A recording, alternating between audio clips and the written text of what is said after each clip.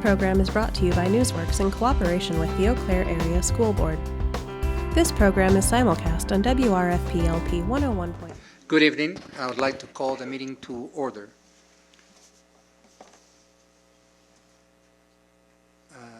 All those who are able, please stand. A pledge of allegiance will be offered. This week, the Pledge of Allegiance will be led by Longfellow 5th grade students Andy Weissner and Parker Molina. Please come forward. Could you lead us from the microphones, please? Andy and Parker are great examples of what it means to be a Longfellow lion. Principal Fisher said Andy and Parker know how to be safe, how to be kind, and be ready. And they are great role models for the other students. Tonight we want to honor what you do for our district, and please lead us in the pledge. I pledge allegiance to the flag of the United States of America and to the republic for which it stands, one nation, under God, indivisible, with liberty and justice for all.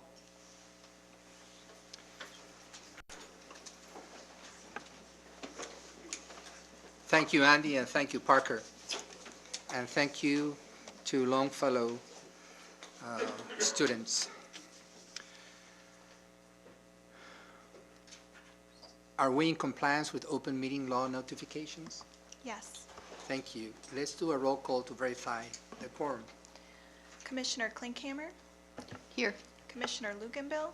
Commissioner Torres? Here. Commissioner Vu? Here. Commissioner Nordin? Here. Commissioner Bika? Here. Commissioner Harder? Here. The quorum has been verified. The next item in the agenda is public forum. Each citizen will be allowed up to 4 minutes to address the board, providing that he or she has additional or new information that has not been previously shared at this meeting. The school board will not hear personal complaints of school personnel nor any person connected with the school system in a public forum. The first speaker for tonight is Emily Fletcher. Emily Fletcher.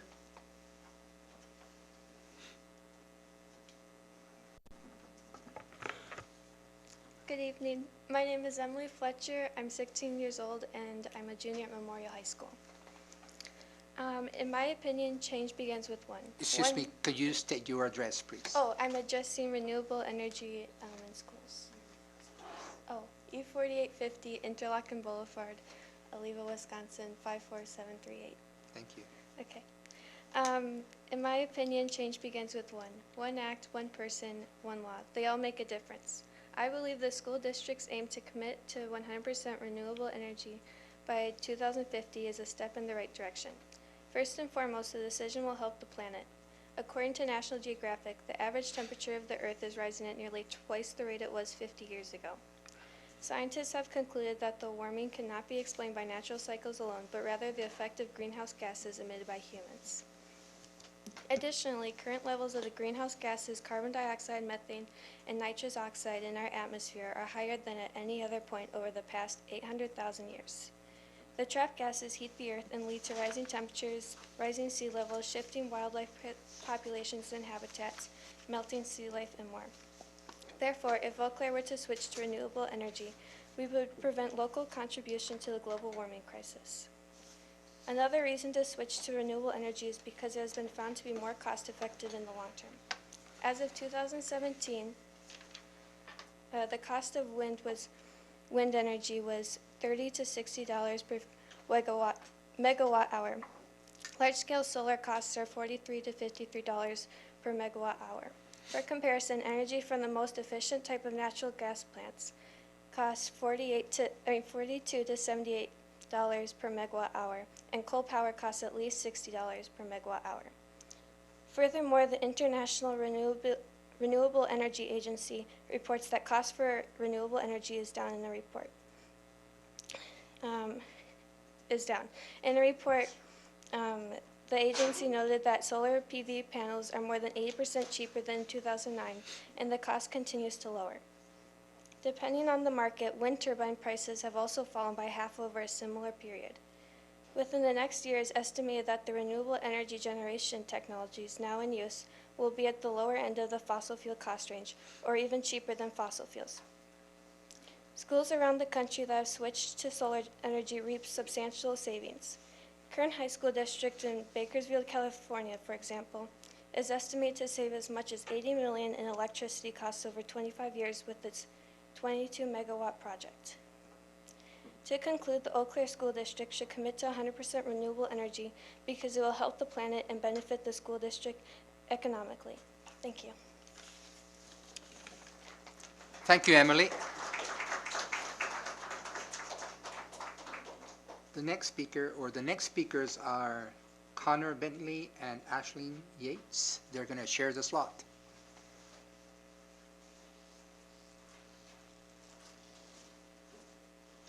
I'm Connor Bentley.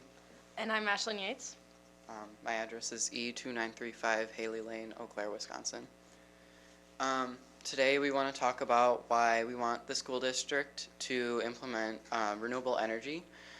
So just to introduce, we're both seniors at Memorial High School, and we're both a part of the MHS Eco Warriors. And we, besides all of the benefits that Emily listed, we want renewable energy just so we can have a secure future. Okay. So we're very committed to the environment, and recently we helped organize a climate strike at Memorial on September 20th.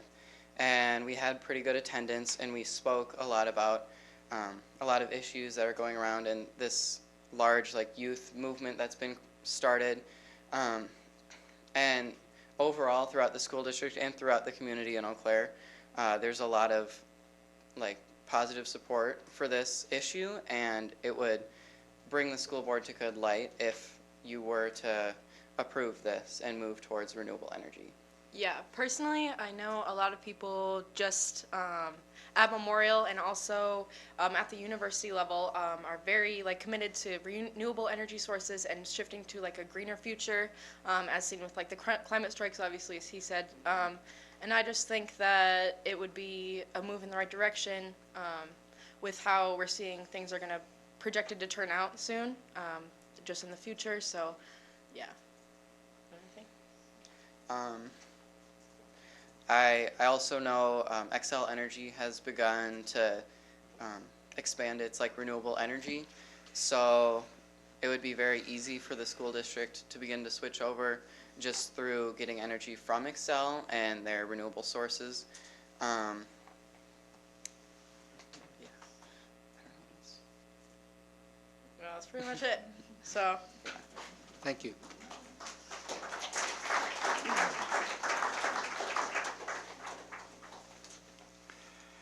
Our next point in the agenda is the superintendent's report. Dr. Hardbeck. Thank you. Good evening, everyone. I'd like to review the upcoming school board events. On October 22nd at 1 p.m. there will be a meeting of the Budget Development Committee. That will be followed on October 23rd by a annual WASB Fall Workshop, and Dr. Torres is going to talk a little bit more about that. On October 28th at 5:30 p.m. Will be a budget hearing. And November 4th, there will be a policy and governance meeting at 8:30 a.m. and that will be followed that evening by a school board meeting. All of these meetings, except the one for WASB, will take place in the administration building. So October is a month when we typically across the country celebrate certain groups of people that work in the school system. And last week was National School Lunch Week. We know that when students are well fed, they are able to concentrate and learn more in school. Our food and nutrition department plays a very vital role in the success of many of our students each day. And so we want to thank all of those who are in food and nutrition for their work and for their attention to our students. This week is also National Bus Safety Week, and so our thanks go out to Student Transit. The school buses are the safest form of school transportation, and on behalf of the entire school district, we thank our partner, Student Transit, for their work in carrying our precious cargo across the district. October is also National Principals Month, and I want to extend a very special thank you to our hardworking principals. The focus of this year's National Principals Week is to use this time as a focus for the principals' work. And I think principals, no matter where they serve, are unique in their approaches to leading schools. They vary in strategy, they vary in temperament, and they certainly vary in their leadership styles. But all great principals have four things in common. They take responsibility for the success of their students. They lead teaching and learning in their buildings. They hire and develop and retain outstanding teachers in their building. And they always make decisions in the best interest of their students, working in collaboration with their school communities. And so I extend a very great appreciation for the amazing principals that I have the opportunity to work with, and we have a number of them here tonight. I'm going to ask them to stand up.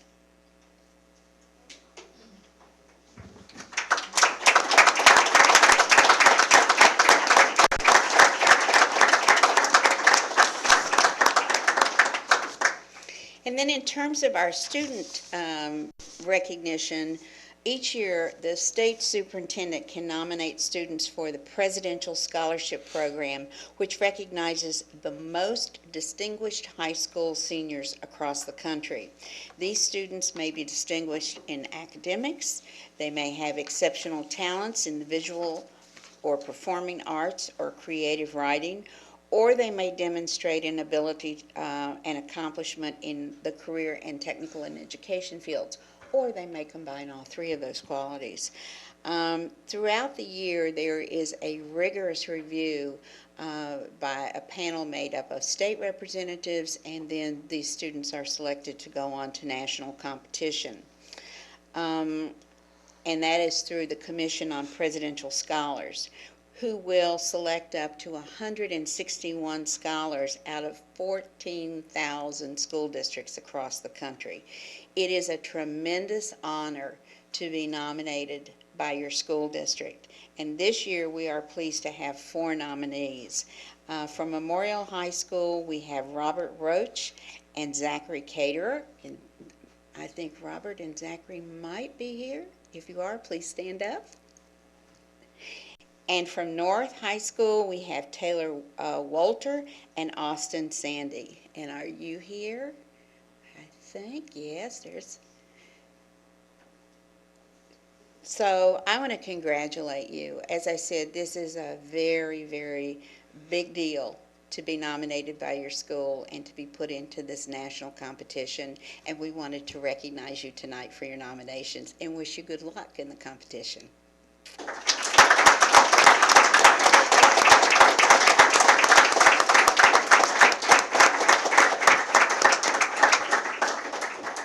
Thank you, and that ends my report for tonight.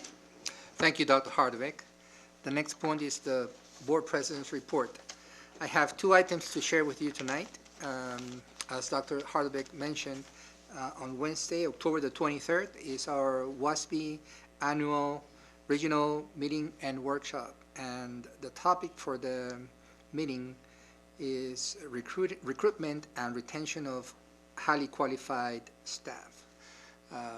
So we're planning to attend and make it a learning evening because that is one of our board's priorities. Then I would like to give you an update of the search process under the leadership of Dr. Bika. We are moving forward with receiving input from school buildings and principals and staff. which will be completed in the next few days. And also, we have already announced 3 community meetings at our each of our middle schools. At South, it will be on this Thursday from 5 to 6 p.m. At DeLong will be on Wednesday the 30th from 7 to 8 p.m. And at North Star will be on Saturday, November the 2nd from 9 to 10. Hopefully these different locations and schedules will allow for great participation. We're looking forward to getting that input from you. Thank you. Our next point in the agenda is a student representative report. We have Morgan Prim. Hello, I'd like to start with some athletic updates. Memorial football lost to Menominee, but is continuing in playoffs with a game against Appleton North this coming Friday. Boys soccer beat Rice Lake to secure the conference title. Cross country, Memorial boys and girls cross country hosted this year's conference meet. The boys team finished second and the girls team finished third. Several of the athletes on both teams received first team, second team, and honorable mention all conference awards. Girls tennis, several athletes competed at individual state this past week, and the entire team will be competing at team state this coming week. Girls swim and dive is approaching their conference meet, and Memorial is in the playoff. Memorial girls volleyball, is in the playoffs. They'll be facing off against Wausau West in the first round of regionals. Continuing with volleyball, they recently had their fundraiser for cancer. The Northern Memorial Volley teams collaborated to raise money for cancer during their crosstown game. They raised approximately $3,200. $500 of that will go to a local teacher who was just recently diagnosed and is starting aggressive treatment. The rest of the money will go to Marshfield and Mayo Cancer Centers. One family from North and one from Memorial spoke that night. Nearly $850 of that $3,200 was raised just in the stands as spectators heard their words and were touched by their struggles, hope, and journey. This will be an annual event that will alternate between North and Memorial. And just a quote from one of the event organizers, she said that our wish is to show that us working together can make a difference. So really just a special event that brought together the two schools. Finally, for the arts, Memorial Band students had their annual indoor marching band concert. That is the largest band fundraiser of the year, and it helps to provide students with instruments. And finally, jazz students from Memorial and South participated in the second annual Monster Bash. It's a fun family event and an opportunity for the jazz students to showcase their talents. So, thank you. Thank you, Morgan. Thank you for your leadership. Joni Shang is not present tonight. The next point in the agenda is school board committee reports.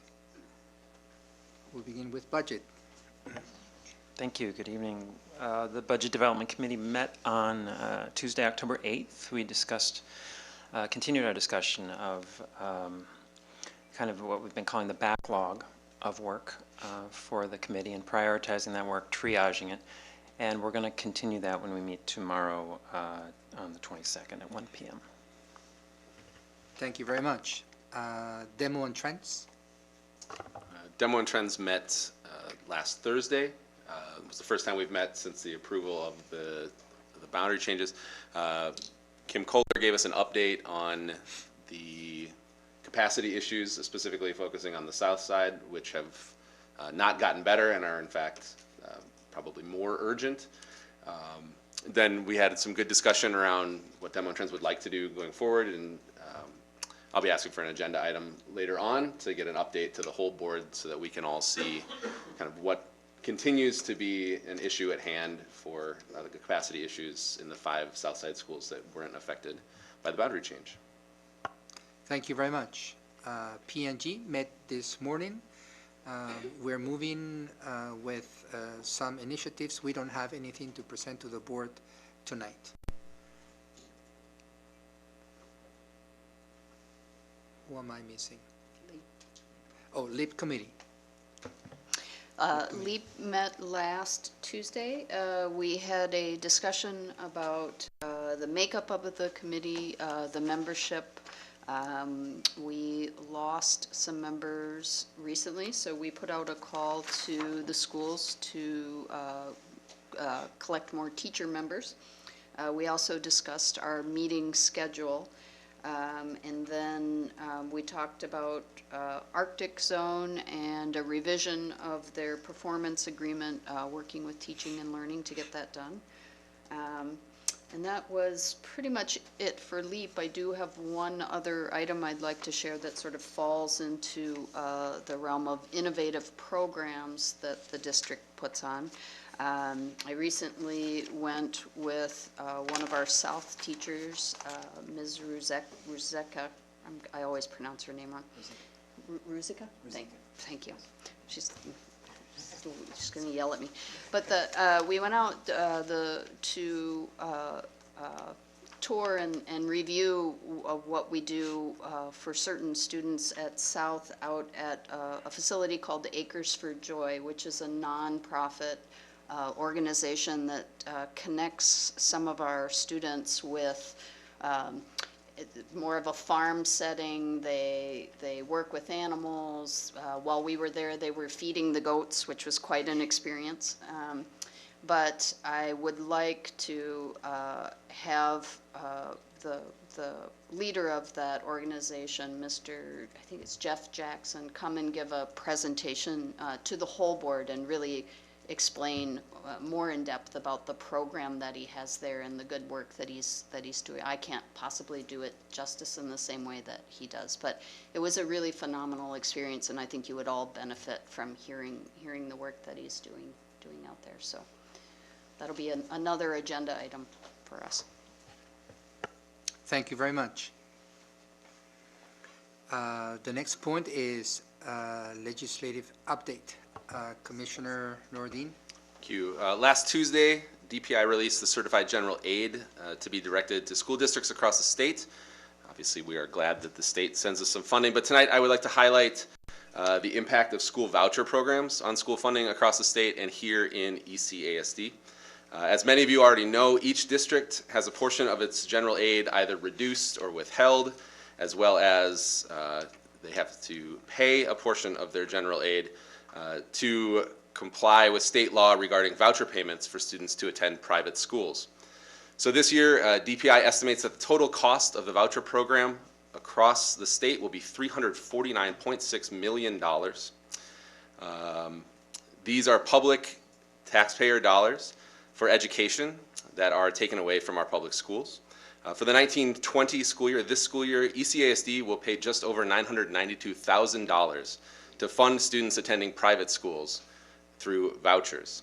That money is levied by our district and paid by the taxpayers of our district, and then is paid to private schools to pay for voucher education. I'm sure that Commissioner Harder could attest to the value of having that nearly $1 million back in our accounts to improve our public schools.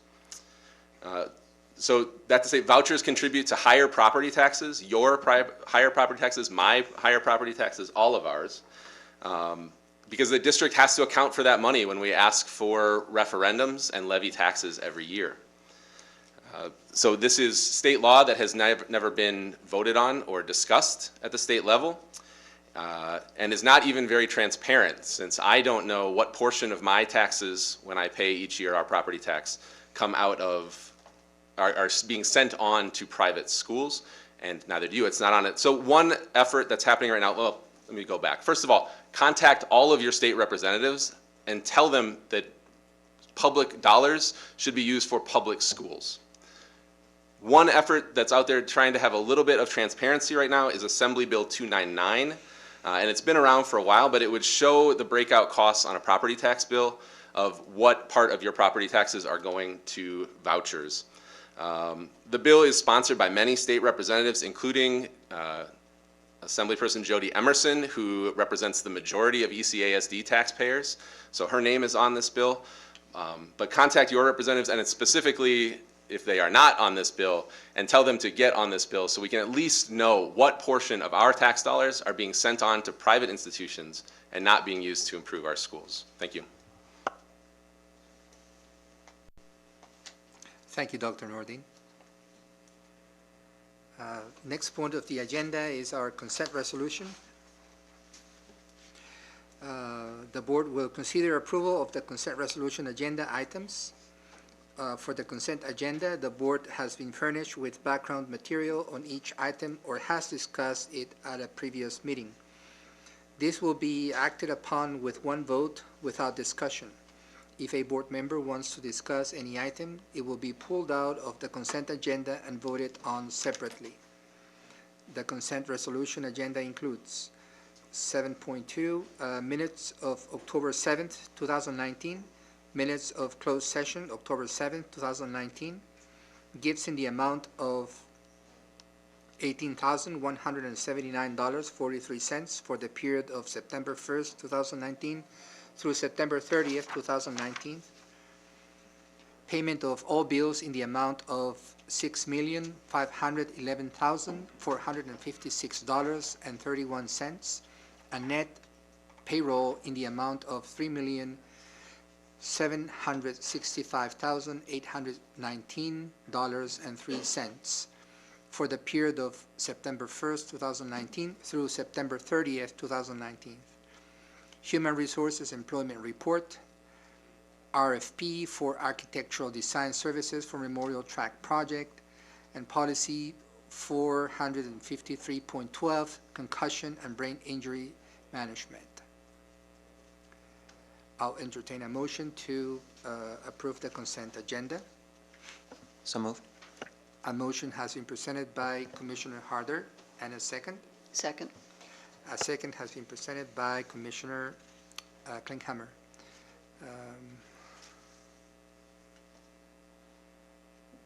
We'll do a roll call to approve this consent resolution. Commissioner Klinkhammer, Yes. Commissioner Torres, Yes? Commissioner Vu, Yes. Commissioner Nordin, Yes. Commissioner Bica, Yes. Commissioner Harder. Yes. Thank you. The consent agenda has been approved. We have an individually considered resolution. Resolution to establish goals on sustainability, renewable energy, and carbon neutrality for the Eau Claire Area School District. Do we have it in the screen?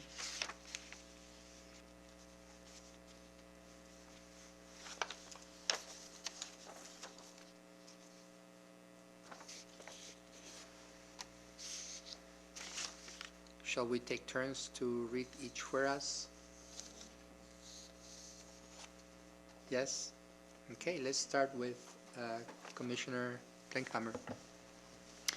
Resolution to establish goals on sustainability, renewable energy, and carbon neutrality for the Eau Claire Area School District. Whereas the City Council of Eau Claire and the County of Eau Claire have adopted policy to guide a sustainable and environmentally friendly development process for our community with ambitious goals to achieve carbon neutrality and renewable energy independence by year 2050. Whereas the Eau Claire Area School District has assumed its responsibility and already started to implement efficient, environmentally friendly practices in its buildings and maintenance projects, and to reduce fossil fuel use in its transportation practices. Whereas the Eau Claire Area School District understands that the need to cut back on the amount of waste sent to the landfill has a long-term financial interest to our community. Now therefore be resolved that the Eau Claire Area School District builds immediately into the future facilities plan mandatory standards for the use of renewable materials, water efficiency, energy efficiency, recycling, and renewable energy projects. Be it further resolved that the administration develops a strategy and timetable for increasing energy efficiency and renewable energy projects based on the recommendations and advice from subject matter experts. Be it further resolved that the administration identifies grants and other external extraordinary funding resources to assist in our efforts to implement major energy efficient improvements, including solar energy, beginning in 2020. Be it further resolved that the Eau Claire Area School District establishes goals to meet 50% of all district operations energy needs with renewable energy by 2035, 75% by 2040, and 100% by 2050. Be it further resolved that the Eau Claire Area School District adopts a zero waste philosophy, identifies and implements sustainable practices throughout its campuses, and develops a waste infrastructure that includes compost, recycling, and e-waste recycling to instill a culture of sustainability in all its members. Be it further resolved that the administration of the Eau Claire Area School District explores ways to encourage its providers of goods and services to change process enough to make service reception and product disposal a healthy, simple, and eco-friendly process. In witness whereof, the undersigned, being all members of the school board of the Eau Claire Area School District, have executed this resolution this 21st day of October 2019. Any discussion?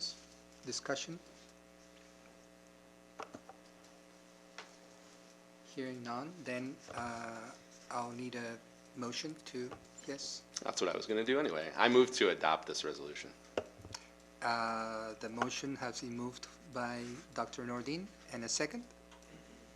Second. A second by Commissioner Vu. So all those who approve, say aye. Aye. Those who oppose, say aye. And those who abstain, the same sign. The resolution has been adopted. Thank you. I would just like to say that Focus on Energy has recognized the Eau Claire Area School District for the efforts to significantly reduce energy usage throughout its buildings and facilities. Probably some of you know this, but I would like to remind that since September 2012, the Eau Claire Area School District and Focus on Energy have taken more than 100 energy-saving projects, including boiler tune-ups, upgrades to LED lights, and transitions to high-efficiency chillers, cafeteria equipment, and air conditioning.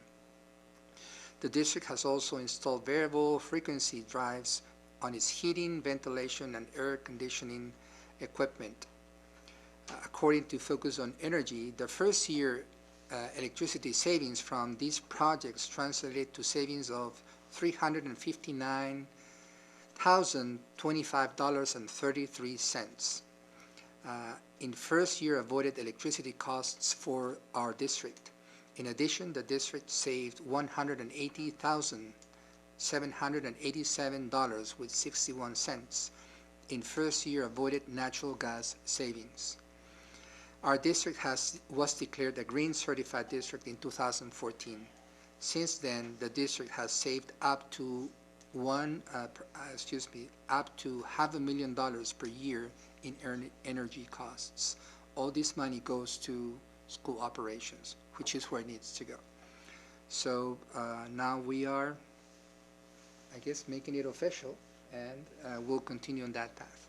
Thank you for your leadership, Dr. Hardebeck, and all the administration in the building for this Healthy Practices Now policy.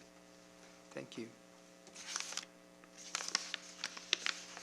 Our next point in the agenda is we're going to adjourn to committee, and we have a report on opening of schools and an equity report.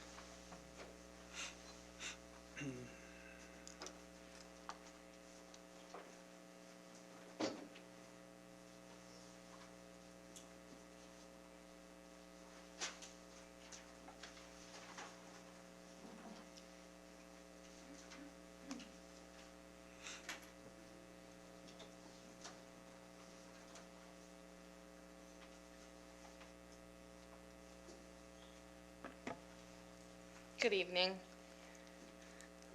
As the 8th largest school district in the state of Wisconsin, the Eau Claire Area School District currently serves 11,422 students and employs over 1,400 adults. This year we welcomed 844 4K students, and over 900 are preparing to graduate this spring. Our district is dynamic. We're responding to students in the community and our employers each year.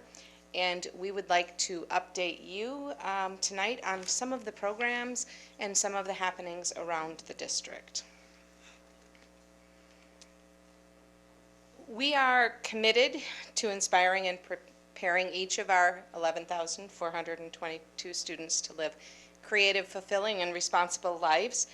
Each of them brings unique needs, unique interests and stories to our classroom, and we celebrate them. Tonight's presentation will share with you who the students are and how we in the district work to meet those needs.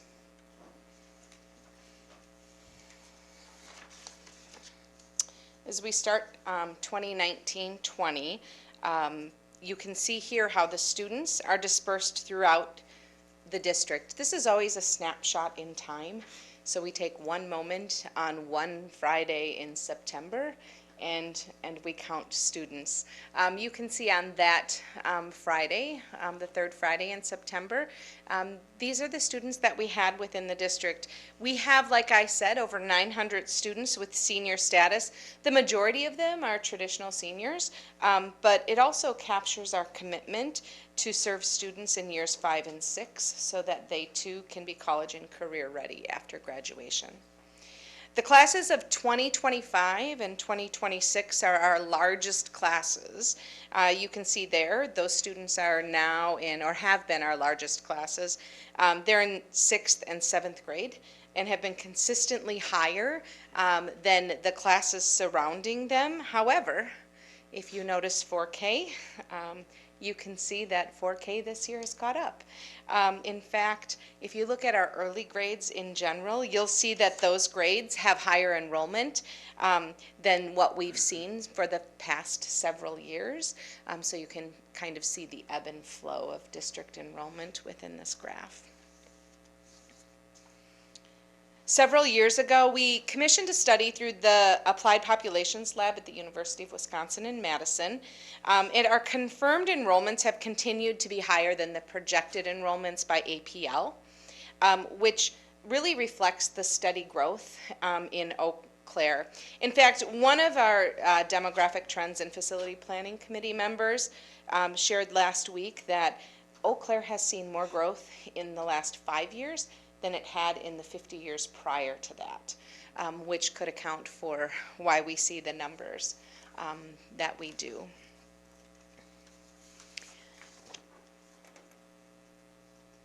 The enrollment in Eau Claire really reflects programming supported at the state level.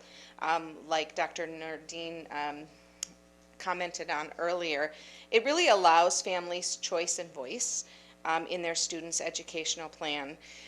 In the Eau Claire School District, about 2.6 of our students live in another community but attend school here in the Eau Claire School District. So they're considered open enroll in, and that would be the blue bars that you see there. You can see the number for 2019 reflected as 307 students who don't live in Eau Claire but come to Eau Claire for their education.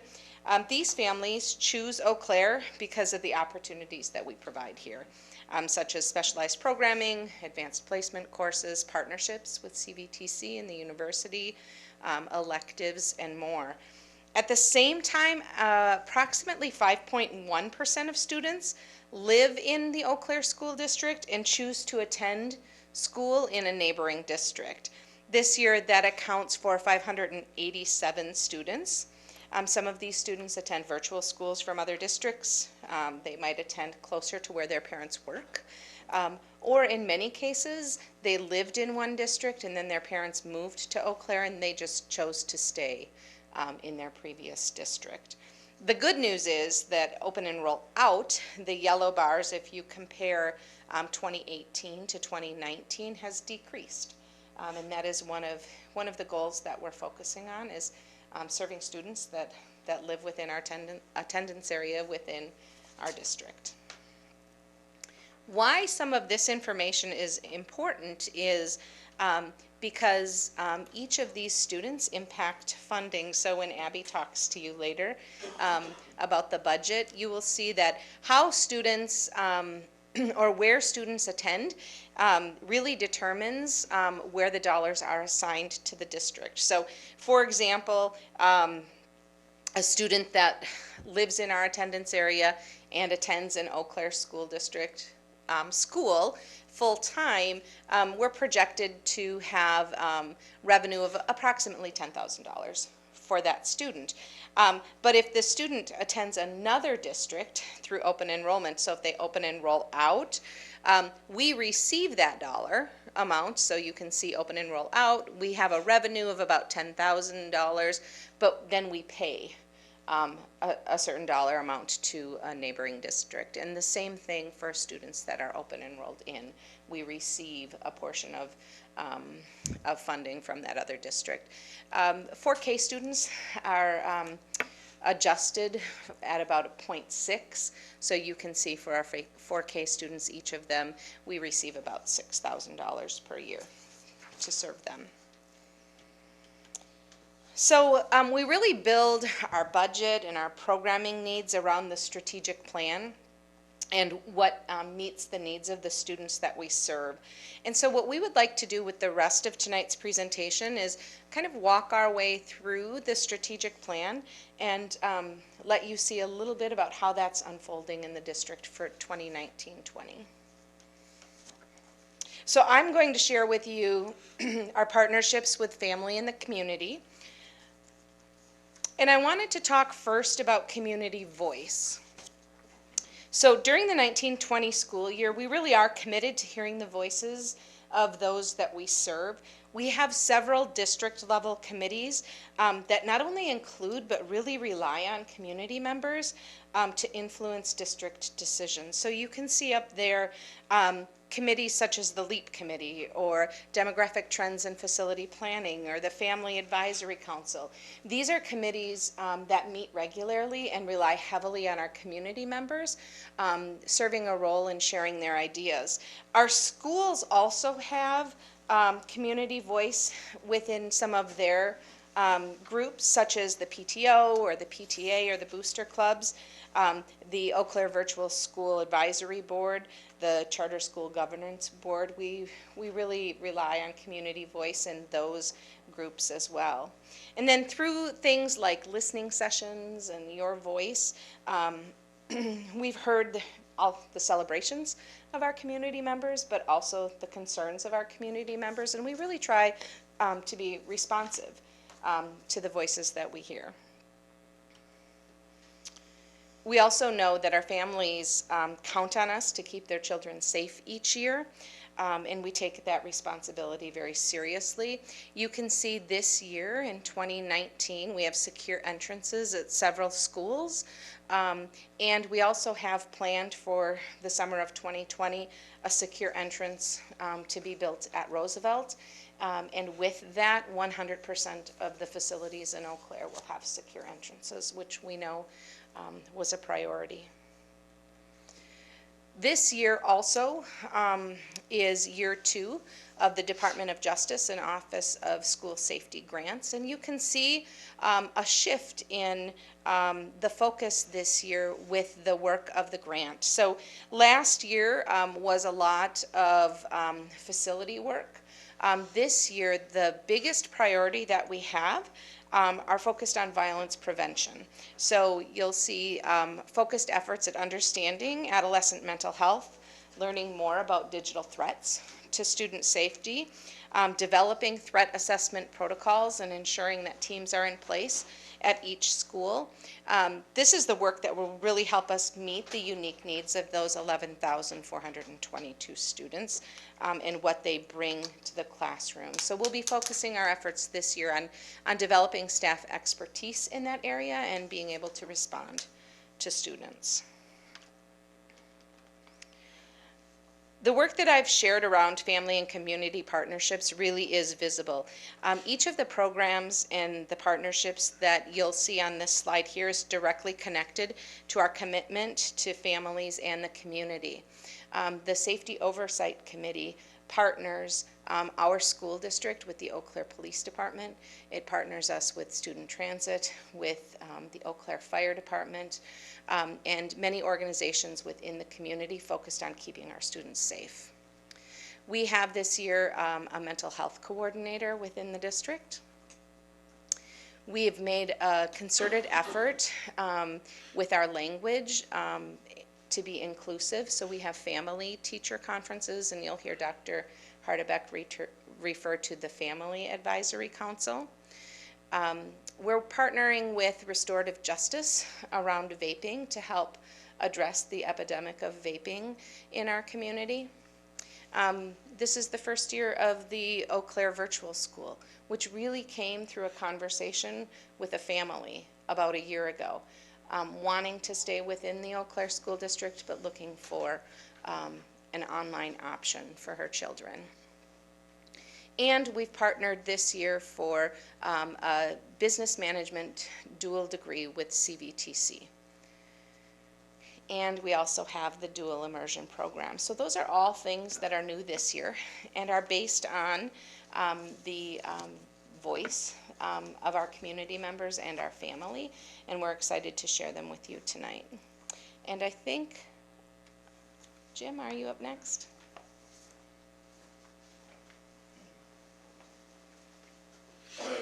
Good evening. I'm going to bring you through our academic programming, and the academic programming fits into the first two priority areas for the school district, the school board's strategic plan for academic achievement and student social and emotional growth. Before I start getting into some of the data, I do want to give a little credit because this section has a lot of folks working on it, but primarily Dr. Kaiying Zhang, our Director of Student Services, with the social and emotional piece that you're going to see in a moment, and then Michelle Radke's office in academic or in assessment in particular, who's not here tonight, is Megan Zeek, who really puts together a ton of our graphs and charts. So we talked in the past, and we like to keep bringing this up in multiple contexts as we try to reinforce the Eau Claire Area School District's multi-level systems of support. And as we look at the academic programming, it's really looking at that braiding together of academic and behavioral supports for students, and looking at it under universal programming for all students, and then looking at the Tier 2 and Tier 3, which is the selective and intensive supports we provide for students, and trying to move the needle on student performance, which we're going to go through in a moment. And the safe and supportive learning environments is really that piece with our academic programming that looks at, in particular, really takes into account the whole child. And a couple of things that Kim touched on a little bit, and the first one that's been a big addition to our district is our first year of having a mental health coordinator. That's a 2-year grant, and we're really excited and starting to see that position take root and really start to expand. That second bullet, which is not just our school-based mental health services, but really looking at other wraparound services to support our students. Kim also mentioned the Department of Justice grant, and she talked about the adolescent mental health training, but also there's the trauma sensitive schools training that was embedded in there. And then even prior to the grant, we have the youth mental health first aid training that we provided to all secondary staff members and our student services staff. We also have through a grant mindfulness training at Memorial High School. And finally, we talked last year about the students or the social emotional learning committee work that had been taking place. And last year at this time, we were really looking at beginning the mapping process of the social and emotional competencies for the district. We actually went to every school, met with every leadership staff, and really spent the year collecting data to really map student social and emotional learning. And from that, we took the state's 24 competencies and what was happening in our district, and have really cooked down to 3 major competencies that we're going to focus on to begin with. And those areas are under perseverance, empathy, and relationships. It was a way for us to really take a very complex set of competencies and existing structures in the district and really narrow our focus down for an area to 3 areas that people could wrap their heads around. We have more work to do in those 3 areas now, but really starting to see that work beginning to really take root and really have an opportunity for systemic infusion into our classes beginning next year. The committee will continue to work this year and continue to build that framework as the school year continues. On the other end of it is the academic achievement. And so I'm going to show you several slides, and the slides can be summed up in a couple of words, and that is, or a couple of phrases, and one is, we are consistent with the state, and we continue to be above the state. We've seen some fluctuations. We're not sure necessarily, we see them across the state, not just here. We're not sure if the polar vortex world that we lived in last year and missing double-digit days of school have an impact on that or not. But our trends reflect the state's trends. But in general, we continue to be consistently above the state, and we're going to focus on the two areas that the state has made the priority, which is English language arts and mathematics. So you can see again, we continue to exceed the state. And this particular year, though, we're really doing a couple of things to try to move the needle on this. And we began this work last June when we started bringing all of our elementary staff together to focus on foundational reading skills and really putting an increased emphasis on that to build that foundation early in our students' academic careers. And the second piece is we have helped redefine the role of the literacy and instructional coaches in our programs to be coaches, not interventionists. That's a shift for us. When you're an interventionist, you can typically support about 20 students because you can only, if you're doing one-on-one work with them. If you're coaching, you can impact your entire building. And so we have provided a variety of supports this year to support coaches to be more effective in that. And it's been a very intensive and comprehensive plan, and we expect to see a shift in our results in a direction, in a positive direction as a result of it. You'll see also, though, if we look at the third grade score in particular, this is a very big indicator. There are three big indicators that we look at academically for our students: third grade reading, eighth grade math, and the ACT. And we, in this particular indicator on the last year, really did have a significant separation from the state, and actually saw a little bit of an uptick. But this, again, this is an area that we're looking at very closely. We also look at the ninth grade Aspire for reading, and you'll see some of the same trends again, as well as what we're seeing in 10th grade. One of the challenges for us is when students do fall behind, that percentage of students not meeting the benchmark. One of the challenges is that as those students progress, it becomes harder and harder to try to get those students back on track to meeting benchmark. And again, that's part of that focus this year too, with the work we're doing with our coaches, and then subsequently they're doing with the teachers in the classroom. Mathematics, we see something very similar to what we're seeing in English language arts. And we have begun to intensify our math. We do not have math coaches, except for one math coach at a Title I school, which is funded out of an entirely different funding source, but really looking at increasing we do have some math coaching that we contract, and looking at increasing that capacity a little bit, and potentially looking into future years whether or not we can make that part of our staffing. But we still have some things to work on the math end as well, and that redefinition of the English language arts process will help us on the math end. When we look at the 8th grade math, which is that second indicator, you can see we are right near the state, but in that particular class that went through, we did have a dip that we were not entirely excited about. And then when we look at grade 9, though, we see the trends looking, 9 and 10, looking somewhat similar to what we've seen before. So we do have that one piece of data that was a little bit of an outlier. Now there's some other pieces of data, though, that actually make us a little excited. One of them is, and again, when we see little ups and downs, we try to look for trends rather than that 1 year. We are beginning to see some of our gaps looking smaller than they have in the past. It's only the first year, so we're not really going to start running around putting banners up, but there are some indications that some of our gaps are looking a little bit better than they have in the past. But again, we're going to look for, see if we can find some trend data on that in years to come. Our ACT composite, again, we typically are above the state and nation as well. And you can see the number in parentheses is the number of, the first number before the parentheses for the district is on the state's assessment for juniors. And the one in parentheses is the best score that they get when they're a senior, because the state does not report that score. But that's a score that universities and colleges look at when students are leaving our system. So a couple of things that encourage us from the data. So we see, again, the big themes coming out of the forward, especially the forward, was trends similar to the state and being above the state average. The things we're seeing on the ACT work keys, actually, and this one is actually, you have to read this one a bit upside down. The numbers we're looking for, actually, we want more of this number, the platinum, which is the high score or the high area to be scoring in for the ACT work keys. So ACT has two tests: the traditional ACT that's typically used for college entrance, and the ACT work keys, which shows that college readiness or the workplace readiness. We are leading the state in working with the local organization on work-ready communities to become a work-ready community for Eau Claire. We're working with CVTC and the Eau Claire Chamber of Commerce on this, and we're in a process right now of trying to infuse the work keys into the job description process. It's called job profiling, and so to make that assessment actually have relevance in the hiring process, we're beginning to look at a particular position in the district and how the work keys will tie into that. But as you can see, as a district, this is the one that we like to see, and then this is the next level: gold, and then silver, and then bronze, and no certificates. So we're doing quite well compared to the state on the work keys, which is a reflection, I think, of the district and the community as well. And we're continuing those conversations to try to make more relevance to this assessment, so that when students take their work keys certificate, bronze, platinum, whatever it may be, and they apply for employment, that the community is actually recognizing that certificate and it has relevance. And that's a process, again, we're working on with the Chamber and CVTC.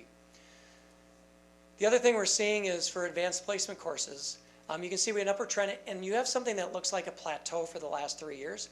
The chart on the left is unique students that finished AP courses.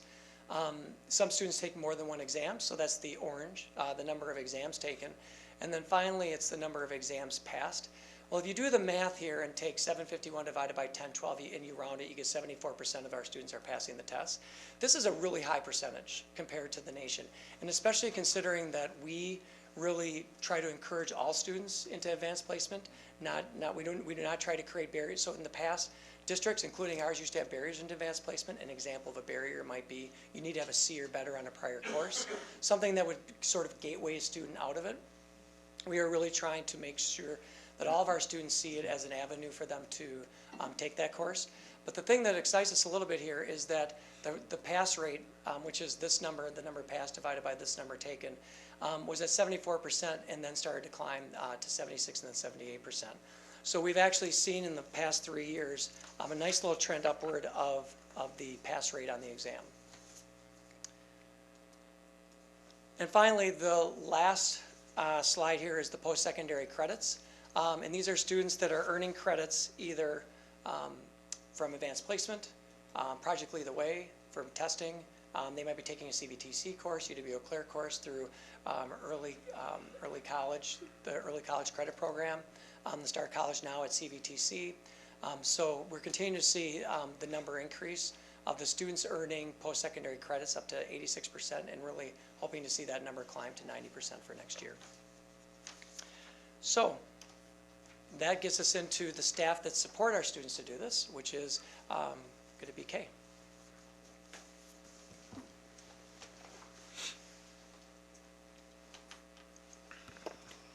Thanks, Jim. So as Jim indicated, the next part of our presentation tonight is about high-quality staff and class size. So the first piece of information that we're going to look at relates to our teachers and where they are in relationship to college degrees and what kind of certifications our teachers have. So if you look at the chart before you, there's currently 874 teachers in the district. Obviously, all of them have their bachelor's degree, as it's a requirement for placement in the district. Of those 874 teachers, just over 56% of them also have their master's degree. So that's 492 teachers have their master's, and then another 3.5% have their national board certification. We currently have a number of staff members who are in the process of securing their national board certification right now, so we would anticipate that next year we'll see an increase in that number as well. This information is related to our elementary professional staff in the building. And what you see before you is the number of FTE compared to student enrollment within the building. You'll also notice that there's an additional column related to funding in the district. So it would indicate whether or not that building receives additional funding, whether it's title funding or AGR. And so it signifies whether or not that building receives additional resources. And so you can see that total in the district, there's 408 FTEs for just over 5,000 students in our elementary buildings. And then just to the right of that, you'll see a graph for anybody who's visual, which indicates the orange is going to be student enrollment per building, and then the blue line up on top is the FTE per building. So you can tell that the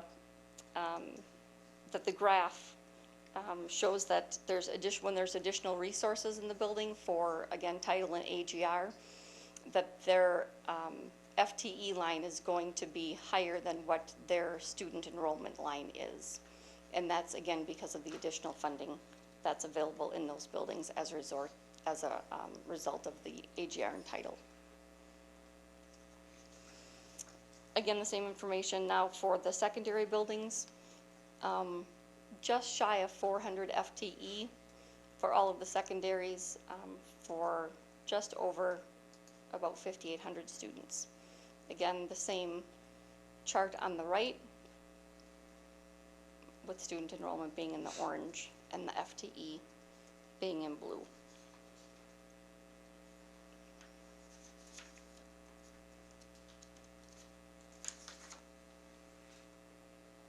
When we look at elementary teaching experience in the district, for this information we take the average total years of teaching experience.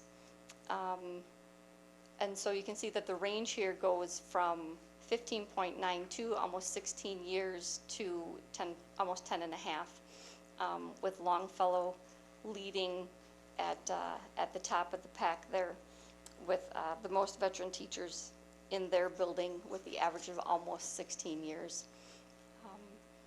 Again, you can tell by looking at the graph on the right that not necessarily is the building with the most FTE necessarily the most veteran in the district. It all depends on how many years of experience they have within the staff members in that building,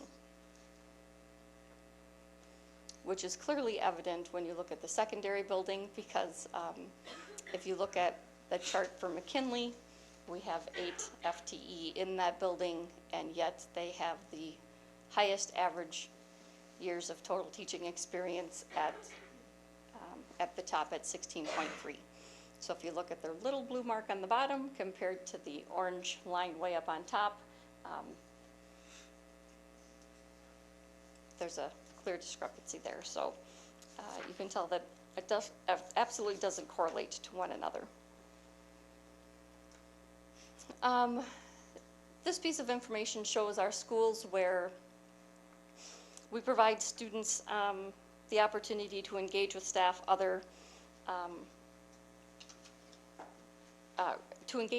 who have an ethnicity or race that's other than white. So it provides our students that opportunity. We have this information broken down into both a certified staff and support staff within each one of the buildings. I can tell you that the certified staff information, that the number of certified staff buildings on this chart has not changed from last year when we compared the data, but on the support staff side, we have been able to increase the list on the right-hand side for support staff by 1 building for this year. So we have been able to increase opportunities for students by adding an additional building onto that list for this school year. So from that standpoint, that's moving in the right direction for students.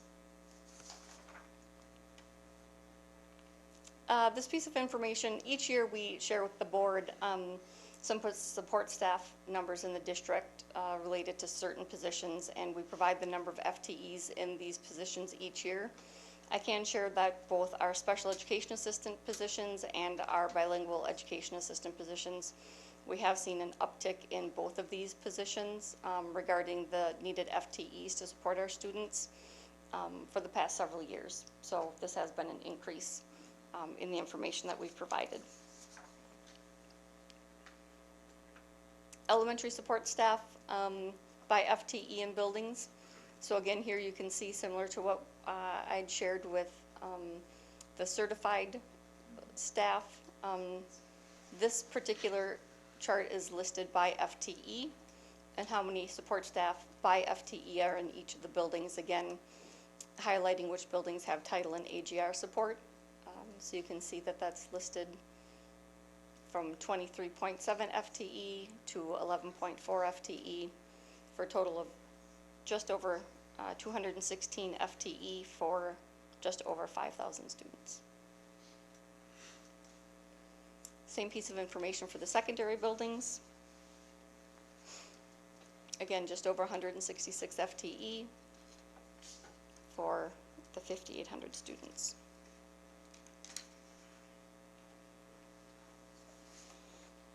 This information is something that I've been excited to share with the board, because for those of you who've seen the opening of schools report for several years, each year this information, the certified staff turnover rate, the 5-year summary, this information's been provided for all the years that we've done this report from a fiscal year standpoint. And each year I stand before you and try to explain why this information is skewed, because we don't do staffing from a fiscal standpoint, we do it from a school year standpoint. And so I always try to explain how the cutoff for this is really different. And last year I indicated that we were working on preparing information to share with the board so that it was from a school year standpoint, because I thought you'd really see how there could be a difference in what that data looked like. And so you can see that there is a difference. So if you go back to the 15-16 school year,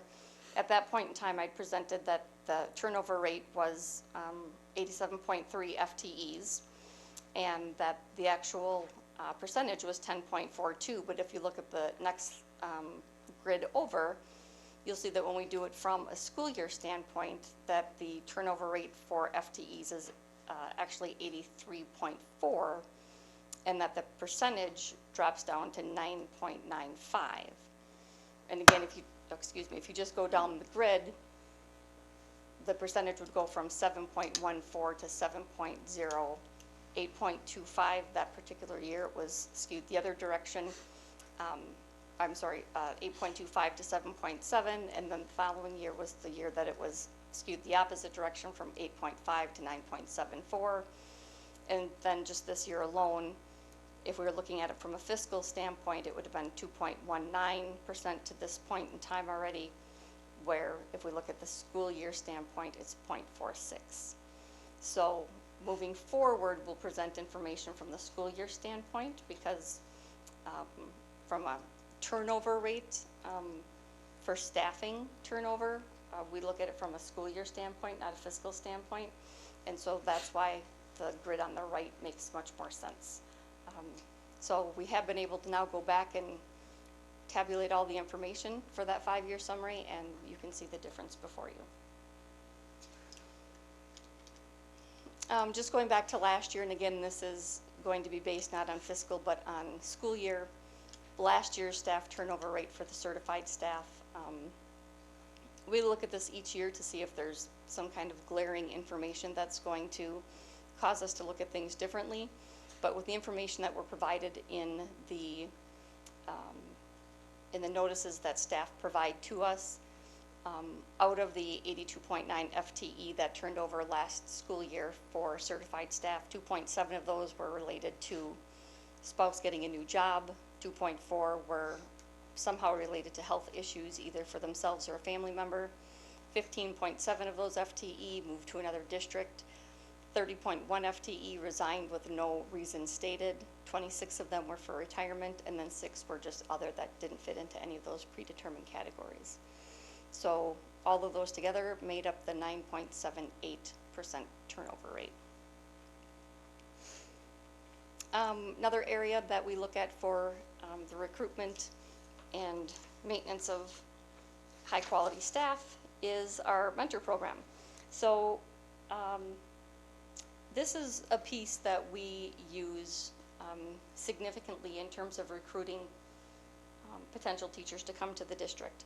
I can tell you that when we're out at recruitment fairs speaking with potential teachers to come to the district, this piece comes up without question every time that we're out and about. And the way that it comes up isn't initiated on our end, but it's initiated on the end of the potential teachers looking to come to the district. And one of the first 3 questions that everybody that we talk to asks is somehow related to, the wording is somehow related to, what is it that the Eau Claire School District has in place to help me be successful? It might not be those specific words, but that's the gist of their question. And so the mentor program is always what Megan Price or myself use in talking to those candidates to let them know that this is something that we have as a structured program in place to support them once they get here. So our current mentor program is extremely attractive to the teachers that are looking to come here because they know that it's established, it's structured, and it's something that they can count on once they get here to be able to support them as whether it's a new teacher, totally new teacher, or it's just a new teacher to our district. They know that it's something that they can count on to help them be successful in the district. And I can tell you that, for example, this year we have 89 first-year mentees in the program, and we have another 29 mentees who are in the 2nd year of their program. And this year we have a total of 114 mentors that work with those individuals within the mentor program. So this is a piece that, that we use heavily when we work with folks looking to come into the district. Another piece that we continue to work with is diversity. The focus of this has really expanded over the years. It used to be where we were just looking at diversity in hiring and how can we as an HR team look to create more diversity within our hiring process in the district. And that's expanded to include multiple things. We have a district-wide diversity committee, which includes multiple members of our district. And that focus has really expanded to look not only at diversity in hiring, but the education of our current staff on how to work with existing staff and our peers and our diverse counterparts, and how to partner and work with diverse populations within our own organization. And so we've been working on that within our diversity committee, and how to engage one another, educate one another, and how to get people to understand what it's like to walk in somebody else's shoes. But that's been a big piece of the work that committee has done, in addition to the hiring pieces that we've been working on for several years.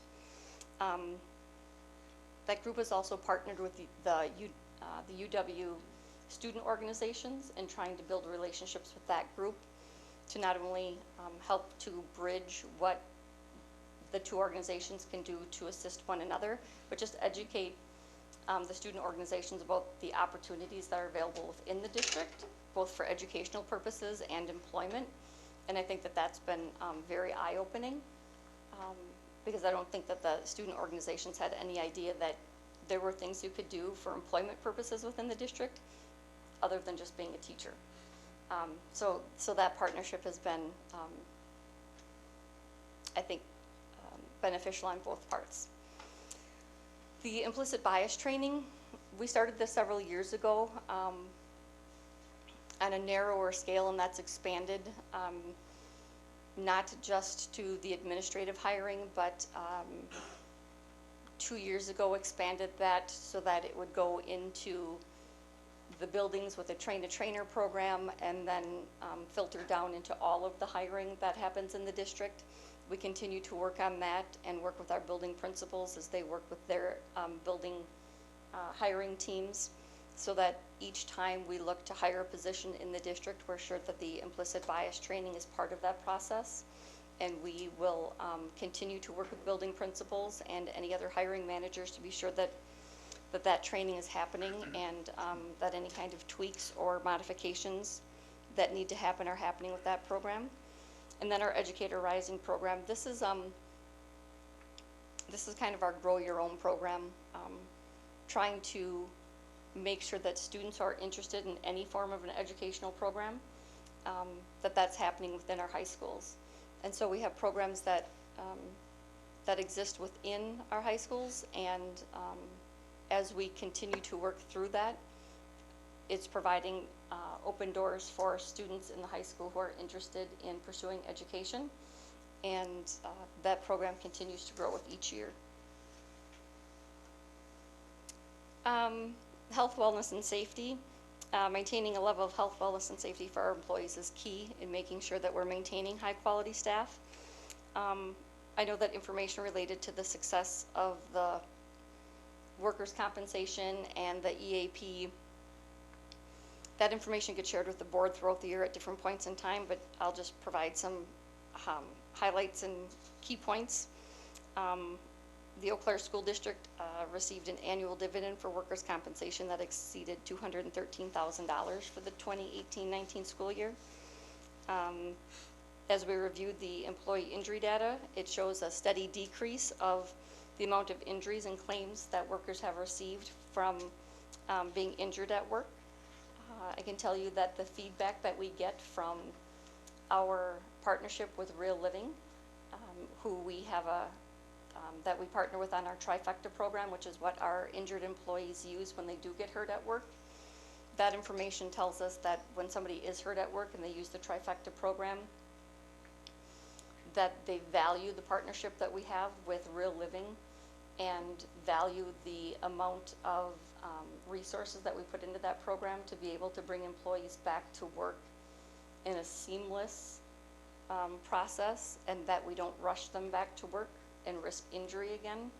They're very beneficial for that program, and that program has allowed us to bring people back to work when they should come back to work, and have allowed us to look at other things that may be impeding why people are getting hurt at work. So that has been, the survey information has shown that our employees appreciate that program. And then, as always, our utilization information related to the Real Living program that we have for our employees with the EAP. We've been with that program for 7 years, and for each one of those 7 years, we have exceeded the industry standard for utilization. Industry standard is 3 to 5% utilization, and again, this past year, we have exceeded that at 10.5% utilization. So we know that our employees are utilizing the resources we're providing to them to help them to be as healthy and well as they can be. Providing an employee voice in our district has been something that the board and administration has felt strong about for as long as I've been here, and I'm sure well before that. This is just an ongoing list that we continue to add to each year that shows the different ways that we include employee voice in the different things that happen in the district. We just continue to add to this list each time that something comes up. Employee benefits is another way that we work to make sure that we are maintaining high quality staff by providing the greatest health insurance benefits that we can. Obviously, the near-site clinic, you've seen survey results from the employee-based survey that is done each year that shows that that is a near and dear benefit to the group. The defined contribution for the HRA, long-term disability, and the district-wide sick leave donation bank. We provided information to you on that during the employee handbook modifications and the need to look at modifying the way that that was utilized so that we could be providing the best benefit to the most needy employees. And so that continues to be an area that we utilize to make sure that our employees are as healthy as they can be. Recruitment initiatives. This list grows each year, which is why the print keeps getting smaller and smaller, but I can tell you that we have added to this, in addition to what's always up there, national job boards and then industry-specific job boards for hard-to-fill positions. So what that means is there's specific areas that we have drilled down and targeted for positions that are just extremely hard to fill. So in addition to the ones that we've always used, we've had to get more and more specific to be able to try to recruit for positions that are just extremely challenging to fill. And that concludes our presentation. Questions from anybody about Kim or Jim or my part?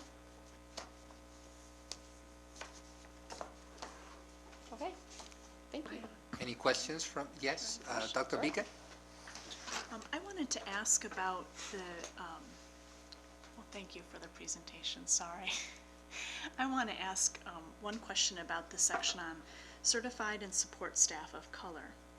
So it's hard for me to know if our staff is representative in terms of without, is there a reason why we don't present percentages or numbers of staff? By looking at how many buildings are there, it's hard for me to know if our staff are representative or not. The staff are not representative. If you're talking about the slide that I presented and just the list of, yep. So first of all, the information that we have is based upon what staff provide to us. So it's if you choose to report, so it's what the information that we have up there is voluntary. So we would never have information that's hardcore concrete because it's all based upon whether or not somebody chooses to report. But I can tell you, even based upon that, it's not representative of our student population. Is there a reason why, I understand the self-report nature of the data, and that's fine. Is there a reason why we're not sharing numbers or percentages in this, for this particular area?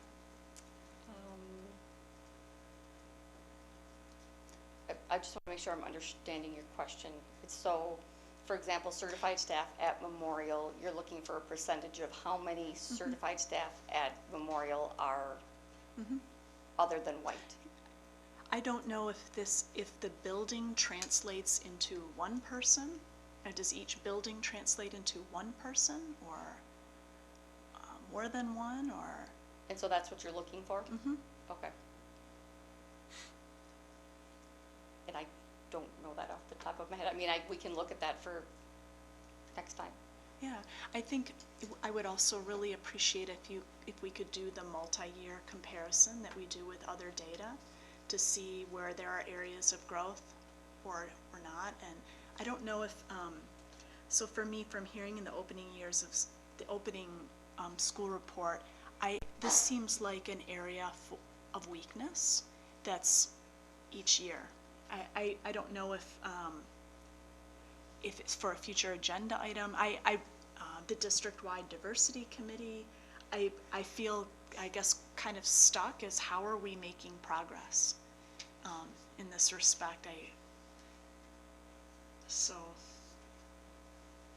yeah, I guess my request is for a multi-year comparison of numerical data, possibly hearing from the district-wide diversity committee about hiring initiatives.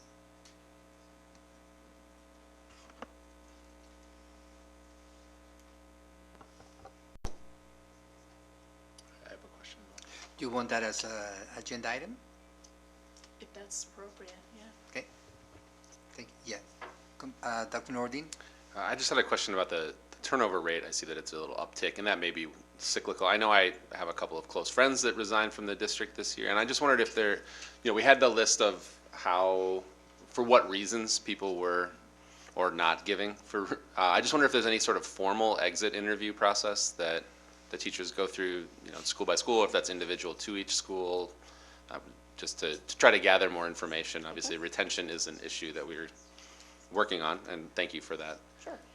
Yep, every time somebody leaves the district, and it doesn't need to be a certified teacher, but anytime anyone leaves the district, they receive an electronic link. Oops, this has been dangerous for me tonight. An electronic link to take an online exit survey. And in addition to that, there's also in that same communication an invitation to have an exit interview with Dr. Hardebeck. And so this year, I probably have done more exit interviews than in any other year with fewer people leaving. But I think I did maybe 12 or 14 exit interviews.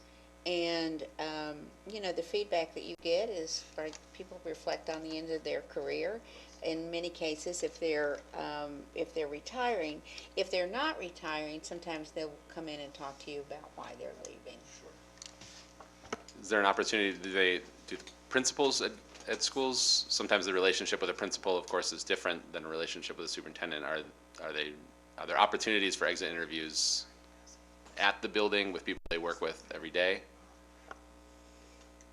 I mean, we don't call it an official exit interview. I mean, that's not part of the process. So to say, that doesn't mean that people don't sit down and, you know, have a conversation with their principal when they're leaving. But in terms of like the official process, we're gathering data. That's not part of that process. Commissioner Vu. First of all, thank you for the presentations and all the time that went behind the scene to make the report possible. But the one thing that I want to maybe comment is that looking at the district compared to the state, it appears that we are making good progress and all of that. But the one thing that is a little bit hard for me to digest is that as early as 2015, that's when we start to implement our district's strategic plan. And we were quite ambitious and direct about using closing achievement gap as one priority. So looking at this, we shouldn't be happy with the state measurement. We should create our own bench bar. And as a matter of fact, in our key indicator in the strategic plan, we expect high proficiency level at 80%.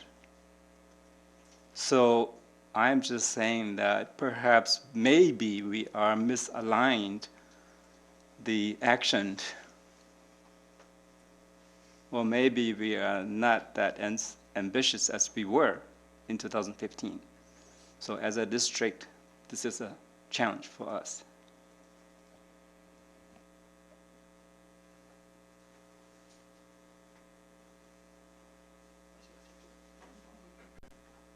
I think we agree, and that's part of the reason why, or a significant reason why we have that emphasis in English language arts on the foundational reading skills this year, and also the emphasis on coaching, because we know from implementation science, we need to do a much better job with coaching. We've had coaches, but they're dated. We did a survey of our coaches this last year, and the data we received back from our coaches was that much of their day was not actually spent coaching staff on the universal curriculum, which is that shift this year on the English language arts.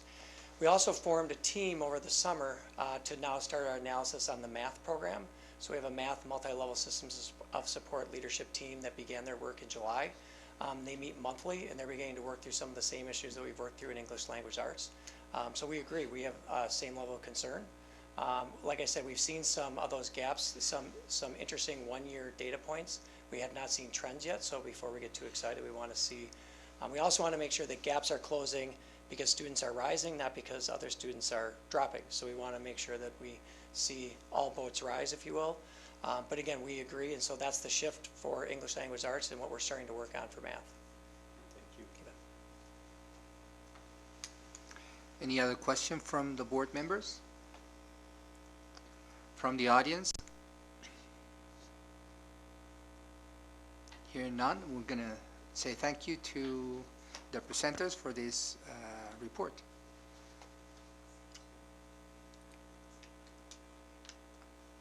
Our next point in the agenda is professional development update and cultural responsive practices.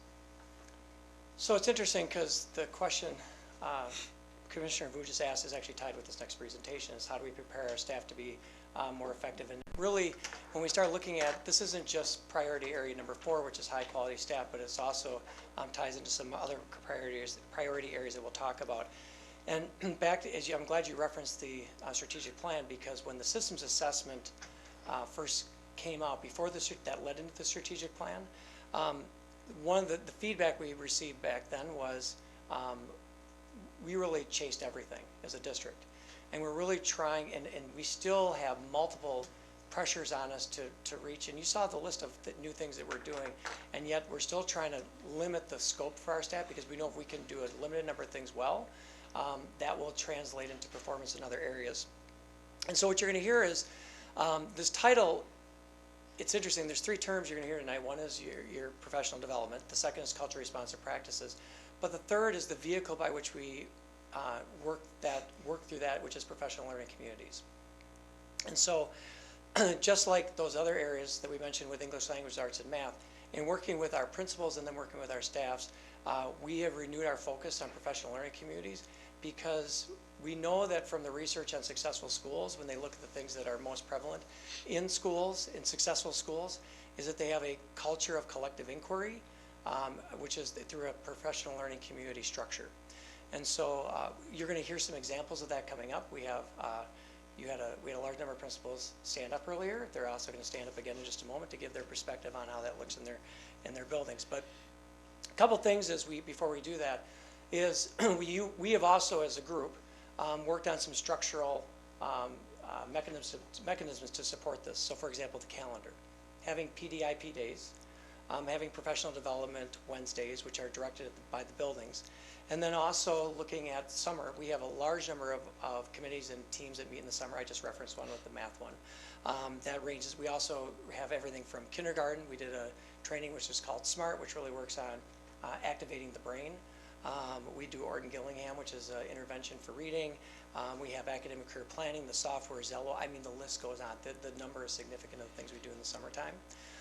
And then also we have after hours training. So we try to feed and encourage folks as often as we can that's reasonable to have some of our staff work after hours for committee meetings.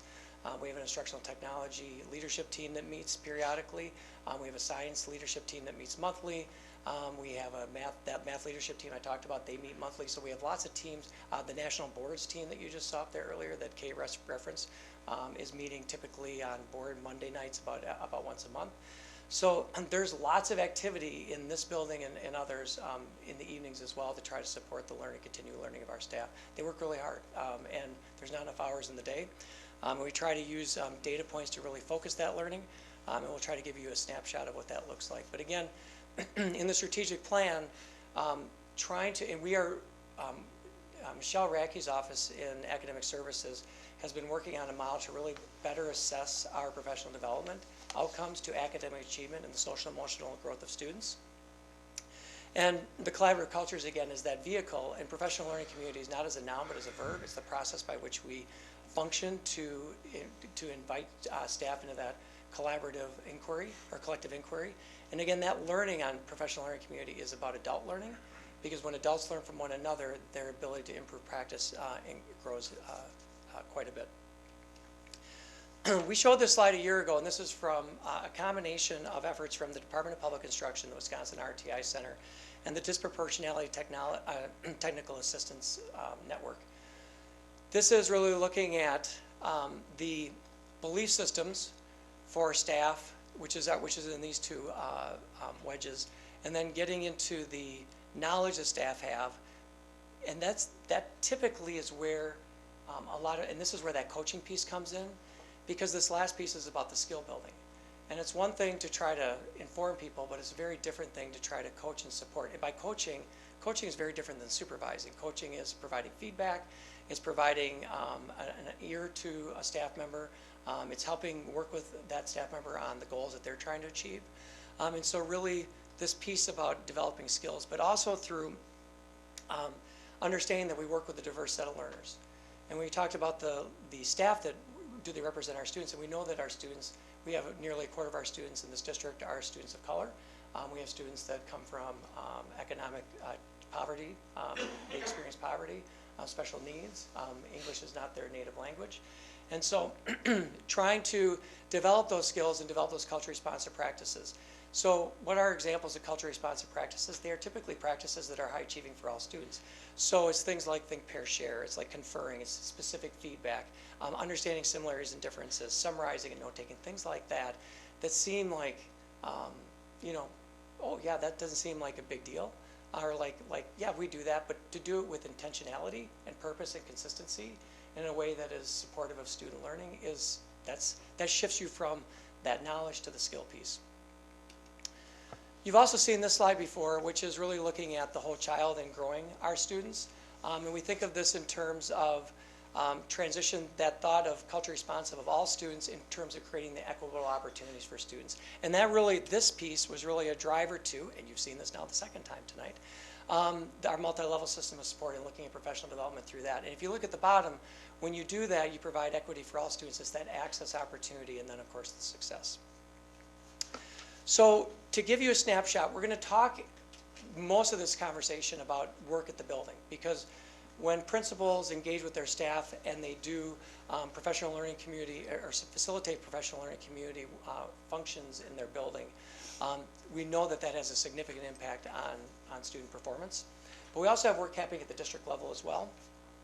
And so just to bring you some of this, this is that focus on coaching that we discussed. Academic career planning, again, this is a secondary effort and really trying to tie the student learning with their future goals. The positive behavioral intervention and supports. And there was one of the strategies that is highly effective is providing recognition to students, which is something that is a big piece of positive behavioral intervention and supports. Teaching behaviors, but then providing positive feedback to students as well.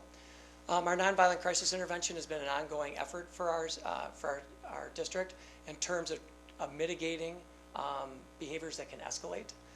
So it's not just nonviolent crisis intervention. At the very end of that training is about holds and secure measures, but 95% of that training is really about de-escalation and really empowering our staff to take situations and try to bring them down before they expand. And the last one that I'm going to highlight, and there are others, and this falls under the umbrella of mental health, but we're really working diligently to increase our suicide prevention training. Next month, we're going to be training all health teachers so that they are trained the trainers of question, persuade, and refer, QPR.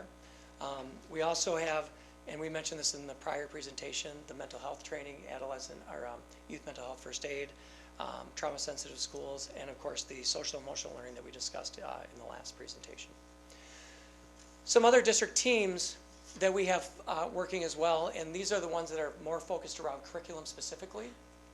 And I'll tell you, with all these teams, we did a stop in the last year and just said we have to reset the norms of these teams to really function more. They were getting much more into process, getting through tasks, but really getting to be much more professional learning communities. In other words, doing that collective inquiry, looking at data, and having those teams not just drive the conversation, but drive future agendas as well.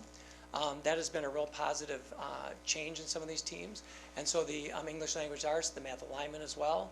From that, we also increased the intensity of our college preparatory mathematics, which is primarily our high school math training, which involves several sessions, but also involves job-embedded coaching. Again, you keep hearing the coaching, so we actually have some of the trainers coming in and supporting our teachers in the classroom. The kindergarten training that we did this, and this has been going, we started this summer, bringing in a consultant to work with them on play-based learning. That is going to continue actually beginning next Monday, and then again in February, and also SMART, which is that training which is really about activating the brain. We have teams in music, physical education, and art that have been, again, doing that same collaborative work, and then in science and social studies at the secondary level. They will engage the elementary soon, but we just have a couple other things going in the elementary. We didn't really want to flood them with much more at this time. The final piece before we move on to the much more of the emphasis of those structures of professional learning communities is actually looking also at our hourly staff. And really, this has been an area that we have grown in and have actually developed a much better structure for. We know that our hourly staff, through surveying, those are the three biggies.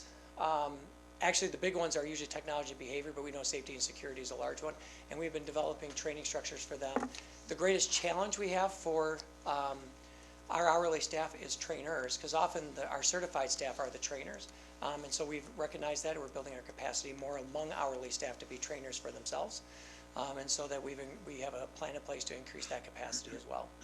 So that then transitions to the piece that Kim's going to leverage into is, I've been teasing about professional learning communities, but she's going to talk even more about the structure and then feed that into the work being done at the buildings.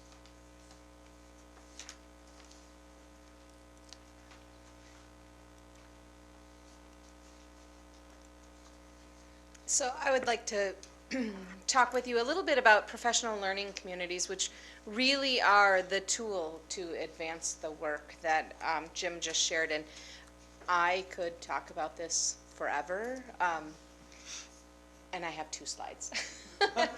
So I'll try to sum it up and contain my enthusiasm. You will see in the strategic plan, it's really will be reflected throughout the slides that I share and then the work that the principals will share with you. And the 3 big ideas of professional learning communities are also very closely tied to the strategic plan. So the first big idea is collaborative cultures. And the collaborative team is really the fundamental building block of a professional learning community. And you will hear us say things like, the district is only as strong as the weakest school. The school is only as strong as the weakest team, and the team is only as strong as the weakest teacher on the team. And there's really an interdependence among members of a collaborative community or professional learning community. And so we know that a rising tide raises all ships, and that is our commitment to one another. The second big idea in a professional learning community is a focus on learning. So the very essence of a professional learning community is a focus on and a commitment to student learning, and that often comes, as Jim said, through professional learning. And when we talk about decision making at the teacher level, at the administrator level, or really at the district level in a high functioning professional learning community, our focus is really, is this going to raise student achievement? That is the fundamental purpose of why we're all here. And so that is the question that we always ask ourselves. In fact, principals will, often bat around the question, is this about teaching or is this about learning? And we always need to land on the side that this is about learning. The third big idea in a professional learning community is a results orientation. And so really, all of our efforts should be assessed on the basis of results rather than intentions. And I think, Commissioner Vu, that is what you alluded to earlier today. So all great stuff, but at the end of the day, we measure ourselves against results in a professional learning community. So we have really focused in the last several years on becoming a high-functioning professional learning community here in the Eau Claire School District. You'll see this work in the work of teachers, you'll see this work in the work of administrators, and you'll see this in the work really of all district staff. This slide here really outlines what our work has looked like along that journey. So prior to 2018, we studied professional learning communities, what they were, how they worked, how they benefited students. And we really looked at our own practices and analyzed different areas that we could celebrate and then identify areas where we probably needed to grow. And from that, we really came to understand that becoming a professional learning community, a true professional learning community, it was a journey. We probably will never, in all of our work, reach a destination, because when you're in a professional learning community, you're never satisfied with status quo. In 2018-19, we really committed to 2 of the 3 big ideas of a professional learning community. So 2018-19, principals committed to growing professional learning communities in our schools and focused on a focus on learning and a culture of collaboration. And you can see here that we studied essential standards and learning targets for students, the role of common assessments in the classroom. We really looked at what collaborative structures do we have, and is our value on collaboration reflected in our master schedule. We also developed a common understanding of what is true collaboration that makes a difference for student learning. And this year, we're continuing that learning, but we also are focusing on that third big idea, which is results orientation. So again, principals are really engaged in learning around that and are looking at what is the purpose of formative assessment, what's the purpose of a summative assessment, and what is the purpose of interim assessments, and how do we use each of those in our schools. Principals are also developing school scorecards, which help us celebrate kind of the short-term wins. You could see in some of the data that Jim shared, there's a lot to celebrate, but we also have areas of growth. And when we're looking at some of the big gains that we want to make, sometimes we get the best traction by celebrating the mini victories along the way. And so that is what the scorecard is really about. And so like all good journeys, this is going to take time. But as an administrative team, we're collaborative, we're focused on learning, and we are results oriented. And we have several principals here that would like to share with you where they are on their journey and where their school is on their journey within a professional learning community. And Principal Eisenhuth, you're first.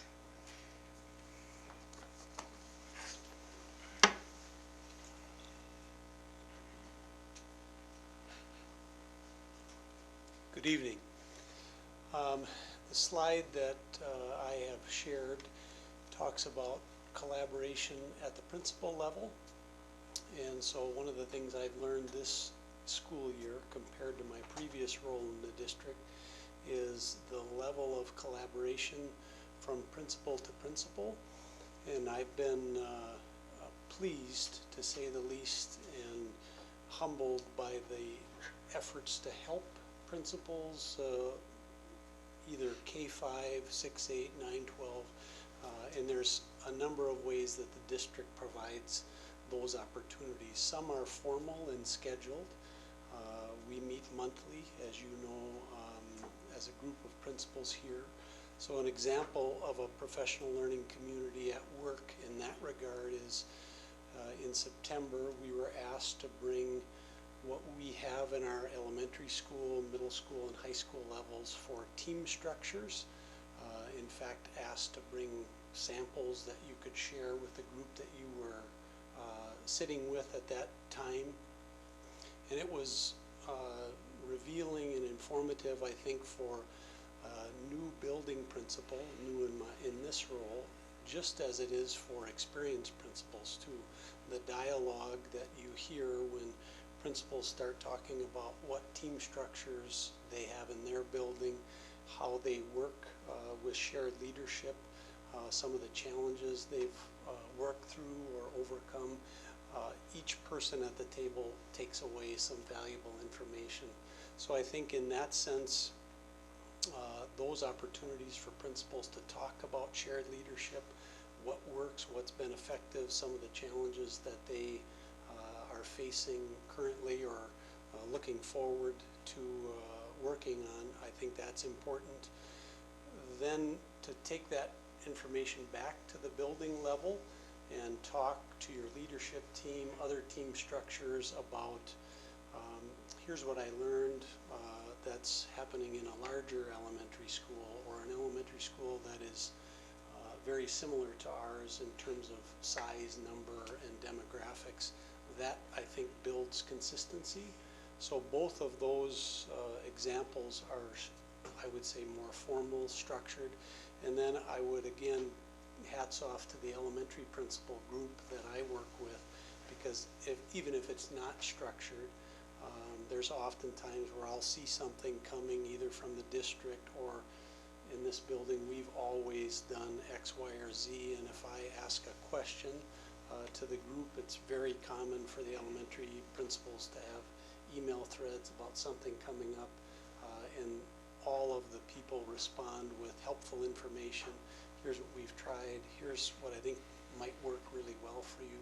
So it's a nice shared responsibility, and there's a good collegiality, I think, with the group, and I appreciate the district offering both the formal and the informal, because both are important in terms of principal growth. And again, finally, I think all of that speaks to working towards consistency across the buildings. Sometimes positions can feel a bit more isolated than they are intended to. So I think for the board to know that this work maybe helps our buildings be more similar than different in a number of important ways has been good. It's been a great start, and I appreciate the professional collegiality that I've had with the other principals. So thank you. Thank you.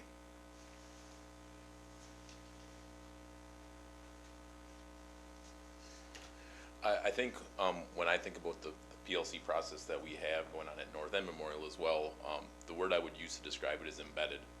It's one of the quotes that I love when you get into the PLC models. It's not what we do, it's who we are, right? That the process that we're using is constant analysis, constant refinement of what we're doing. So one of the things that, to take you back last year, what we had done with our collaborative processes was that we had given PD Wednesdays to teachers on certain days where we were going to be practicing collaboration, practicing getting around data, practicing analyzing what our processes are going to be in the following days. To build upon that for this past year, what we've done for this year is we took the master schedule and we found time for all our math 9th grade teachers and all of our ELA 9th grade teachers to have common prep times, which can be challenging because the schedule is so intertwined that having those teachers pulled out during common times can cause some conflicts, but we were able to do it successfully. So all of our ELA 9th teachers, all of our math 9th teachers have common preps during third hours. So what they're using for their PLC time will be Tuesdays, where they'll get together, they'll talk about their common formative assessments that they're using, they'll talk about what they're going to do differently in terms of their instruction. They get to get around that data and talk about what's going well, what's not going well, what do we need to change. One of the things that I think, and we talked a little bit about this, is that the process never stops. We never reach what we've done. It's the embedding portion of it is that whenever we get good, the next day we're going to get better, the day after that we're going to get better, and it's just a constant process of what's going on. What we've talked about in terms of the process is the most important. The building block is the common formative assessments. The assessment that teachers get around, gather, say these are going to be our learning objectives, assess the students as to how they do with it, and then talk about how they're going to change their instruction, not next year, but next week, tomorrow, or do we have to go back and reteach things?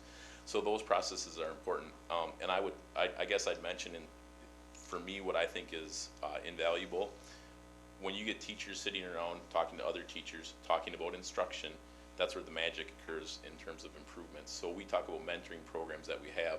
If I'm a veteran teacher and I get to talk with another veteran teacher about what they're doing, I get better. If I'm a young teacher and I get to share time with a veteran teacher, I really grow and I really get better.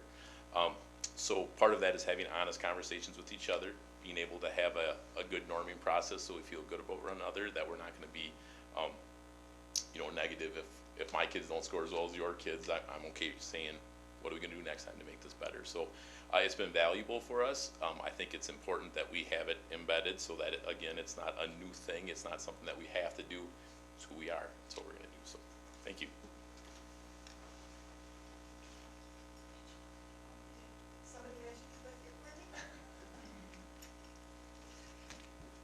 Not a good afternoon. I haven't been here that long. Hi. So, quick sort of summary over what this might look like at Longfellow. The grade level teams meet at least twice a week during their art, music, and phy-ed time. They're focused on, as you heard in the previous two examples, learning targets and focusing on what we want students to learn, how will we know when they learn it, what do we do when they don't, and what do we do if they already know it. So that's sort of the main heavy lifting of that time of day. We also have morning collaboration meetings where each grade level meets and then specialists come too, so like EL, title, speech.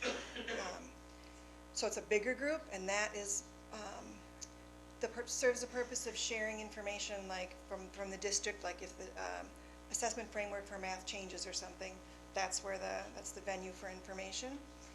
And also that's where student progress is discussed. So if we're sitting around a table and you've got this group, I've got that group, and I've got that group, we're talking about how to best meet the needs of students where they are, or if we need to make modifications. And we keep notes on our SharePoint site so that everyone can see them and we can refer back to them to check on wisdom from previous meetings. Okay, that's what it looks like at Longfellow.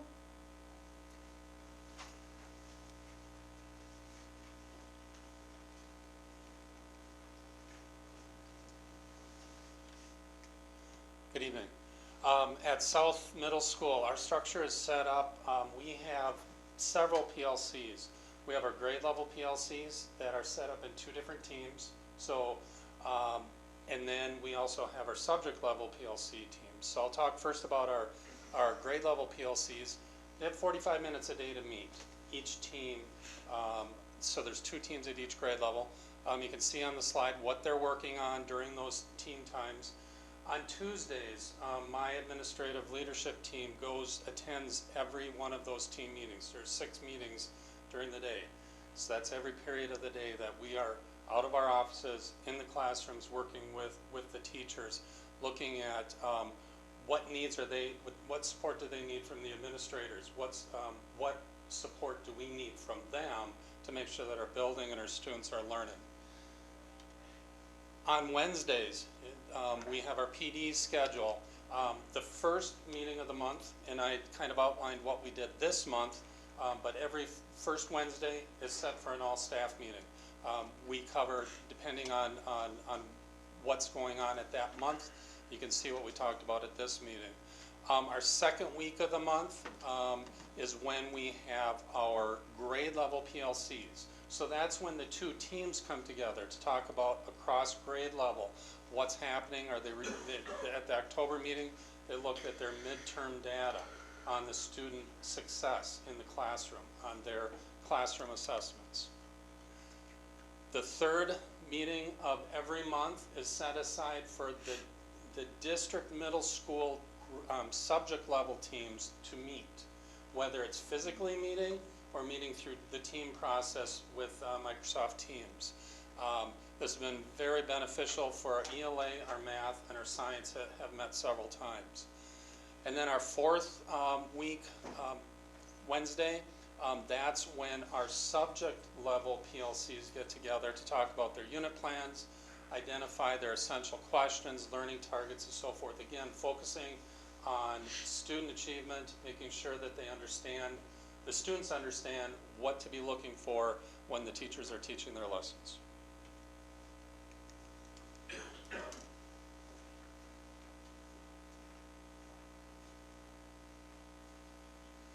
Hello, everyone. At Meadowview, when I started 3 years ago, I had to get used to the elementary world and how that PLC culture worked compared to the high school, which was completely different. So what we did is we recommitted ourselves to that whole child language that every student can learn. And when we get together in our PLC meetings, we obviously focus on our standards, but we also work together as a team to develop I can statements off of those standards so that kids can understand what those standards actually mean for them and how they can benefit them. When I go into work with the teachers, if I observe a class, I see those I can statements, I hear those I can statements from kids. And the big thing is when you build that relationship with a student, you know them on a different level. It doesn't matter what their background is, it doesn't matter what your background is, but those exit tickets help you know where they are educationally. So you can establish those relationships with them if you got to make phone calls home, you got to do some reteaching opportunities. So when we give those informal assessments at the beginning, whether that's a pre-test or pre-quiz, it helps you for differentiation days to help reach that student on another academic level.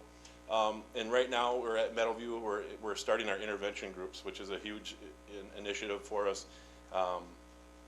Jim mentioned how we went to the coaching model, that our coach works with intervention groups to help them, help the teachers at the grade levels come up with the different interventions, how we can strategize to help all students learn, and develop individual progress monitoring for those students. again, I mentioned the collaboration with the literacy coach, but we have consistent meetings that happen every other week, whether that be in math or ELA, to help the teams get together and really plan for student success. Thank you.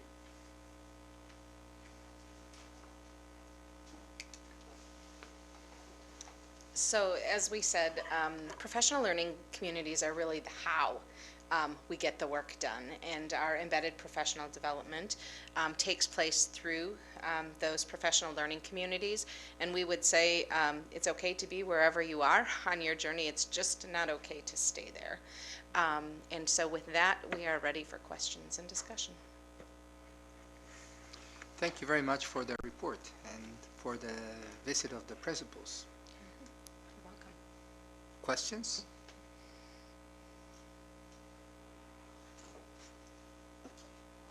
Commissioner Harder?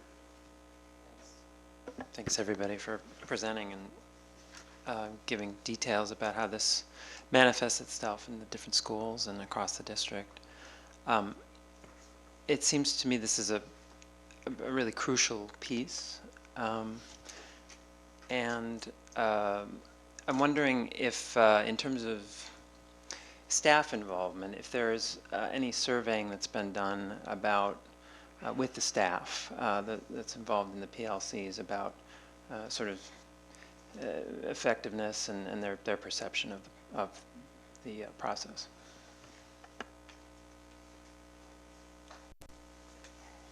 I'm going to let the 5 principals that are sitting here generate a thought of how they might do that at their building level. So you 5, if any of you think of something, just pop up in just a moment. But at the district level, we actually do exit ticketing for our staff after the leadership teams I talked about. Remember I said that we had sort of done a reset with all those teams so that the processes were much more, had that professional learning community flow to it in terms of the structure of which they're designed. And so as we've received feedback, because that means that they define their norms, they define the work that they're going to do, they define the future agendas, they define, they do a lot of that self-driven work. And the feedback we get is very strong. And the exit tickets, because it empowers the team, the control goes to the team instead of 1 or 2 individuals. And so it's been, at least from the district teams that we've had, it was interesting because we just recently had a team that someone that was not at one of the meetings and was a little concerned about a direction the team took, and we then referred them back to the team members that were part of the group. And once they had a chance to revisit, so then the team becomes the advocate for the work and can help personalize it to the people that they represent, which is a very positive experience because it's much more it's much more of a commitment as opposed to a compliance model. I don't know if thanks, Kirk. I don't know if this is what you're looking for, but we also use the SharePoint site to create our notes for our grade level teams. And when we have those meetings, at the end of the SharePoint meeting, there's just a simple question: what do you need from Kurt? And it could be as simple as more coffee. It could be a data point that they can't find, and then I help, whether it's talk to Michelle or Megan about a data point within the data warehouse to grab so that they can focus on a little bit more. But they're able to let us know exactly what they need to make themselves successful. Okay, that's great. So it sounds like there's flexibility from building to building as to how to kind of take the temperature and get that feedback. That's great. Thank you. Okay.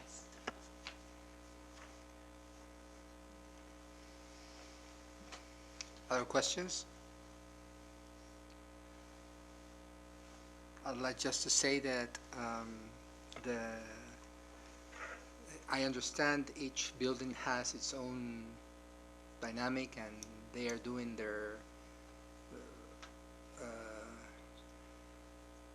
process. Yes. Right? Yes. And it's okay where they are. But I'm it's really not okay impressed to where stay there. South is right now. I think that their experience is very systematic.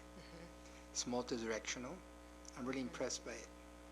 So the other important thing, which I think you're speaking to, is that one of the beliefs in a PLC is that the expertise that you need is around the table.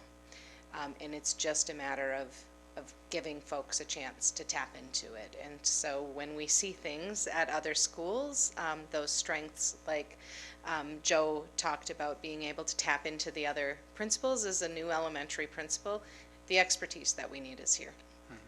Absolutely.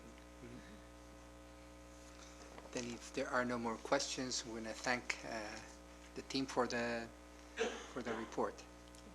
Thank you very much. Our last item for the night is a budget update by Ms. Johnson.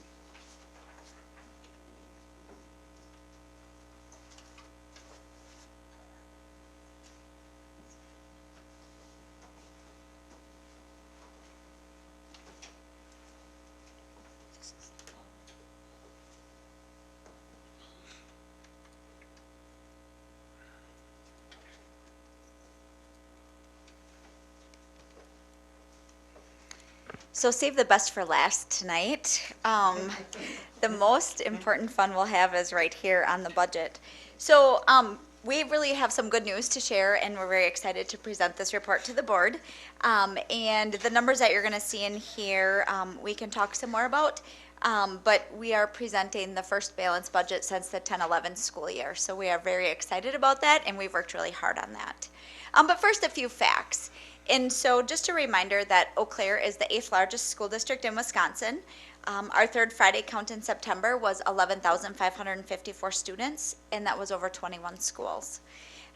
In the 18-19 year, we ranked number 258 out of 421 districts in spending, and you can see we were $243 less spending per pupil than the state average.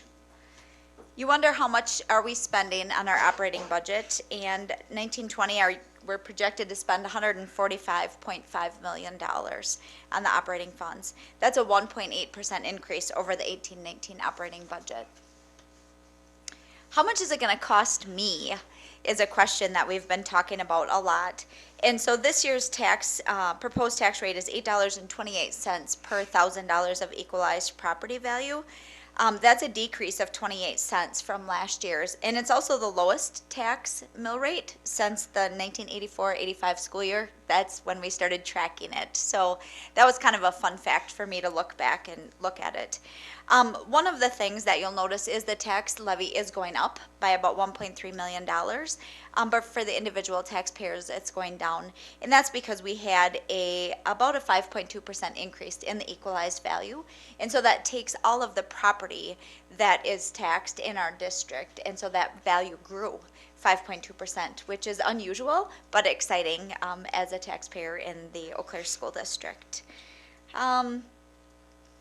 Basically, what it's going to mean is that a taxpayer for the school district tax, part of their levy, will have an estimated decrease of $36. It's going to vary based upon the valuation of your home, but many homes in our district are valued around the $150,000 mark. So they may not see it in their overall tax bill because you have to remember the city levies, the county levies, and CVTC as well. But we're excited about that decrease for the school district piece. I think the other thing that is important to remember is that when we went to referendum in 16-17 year, we had estimated an impact of a tax increase of about 95 cents on the mill rate, and we haven't had that 95 cents increase on the mill rate since the referendum because of that increase in the valuation as well, in addition to increase in state aid as well. What other things you need to know about our budget is that the district prioritized our staff in the 1920 budget. The school board approved level movement and salary increases and a CPI increase for staff. We also have more FTE budgeted in this budget. You can see in 1920 we have just over 1,415 FTE, and that compares to 1,405 in the 18-19 year. It's an increase of almost 10 FTE. Special education is going to be spending some more money this year to meet the needs of our special education students. We're expecting that to hit about $26.5 million, which is about $2.2 million more than last year. The general fund supports those expenditures, and this year we expect our transfer to be about $17 million. Our operating revenue, just a little bit of comparisons to share. Our 18-19 budget was just over 158 million, and our actuals were just over 158. So we had a lot of, we did a pretty good job of estimating what our budget was and ending the year that way. Our current budget for 1920 is about 163 million. The biggest changes you are going to see in that is in that local source, which is our property tax, and then that $3.3 million in the state source. Part of that is an increase in state aid, and the other part is the increase in that per pupil amount. I think you'll remember it's going to $742 per pupil this year, so that's why you're seeing a large $3 million increase in that state area. Total operating revenue is expected to be up about 5.6 million in this budget. And a friendly reminder that the revenue limit is comprised of our state aid and our property taxes. And when I started in this position, we used to be very close to 50-50. And over the last couple of years, it's been changing. And so our 2019 actual, we ended with about 53.63% of our revenue being funded by state aid. And our budget for this year is about 53.96%. Again, we're still falling below what that state average is as far as the spending goes, but you can definitely see that that state aid is having an impact on our property taxes and for the members of our community. If we talk about the 3-year membership average, Ms. Kohler talked earlier tonight about students and how membership is different than enrollment. And so the revenue limit is comprised of the 3-year membership average and not the enrollment number as of that third Friday date. And so I just wanted to remind everybody that our final membership average in 2018 was 11,280 students, and our final 2019 is 11,406. And as Ms. Kohler mentioned earlier tonight, you know, we're seeing an increase in student, and that does impact our revenue limit as well. And that 126 additional students provides about $1.2 million in revenue for the district as well. If we want to just talk about revenues by fund in general, we always focus on the operating budget, which you can see is shaded in blue there.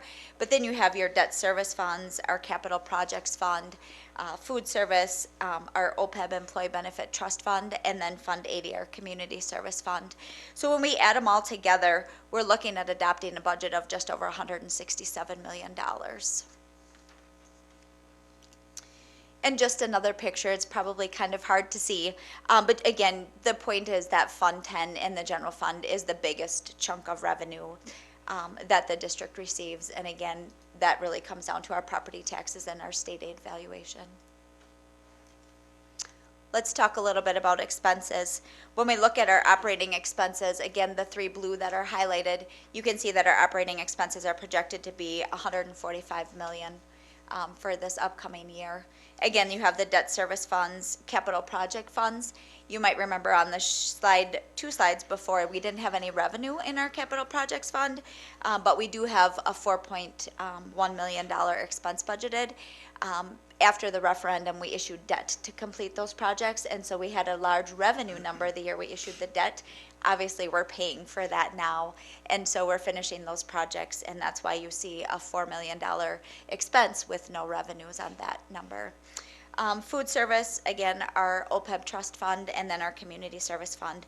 So our total expenditures, the budget is going to be about $170 million.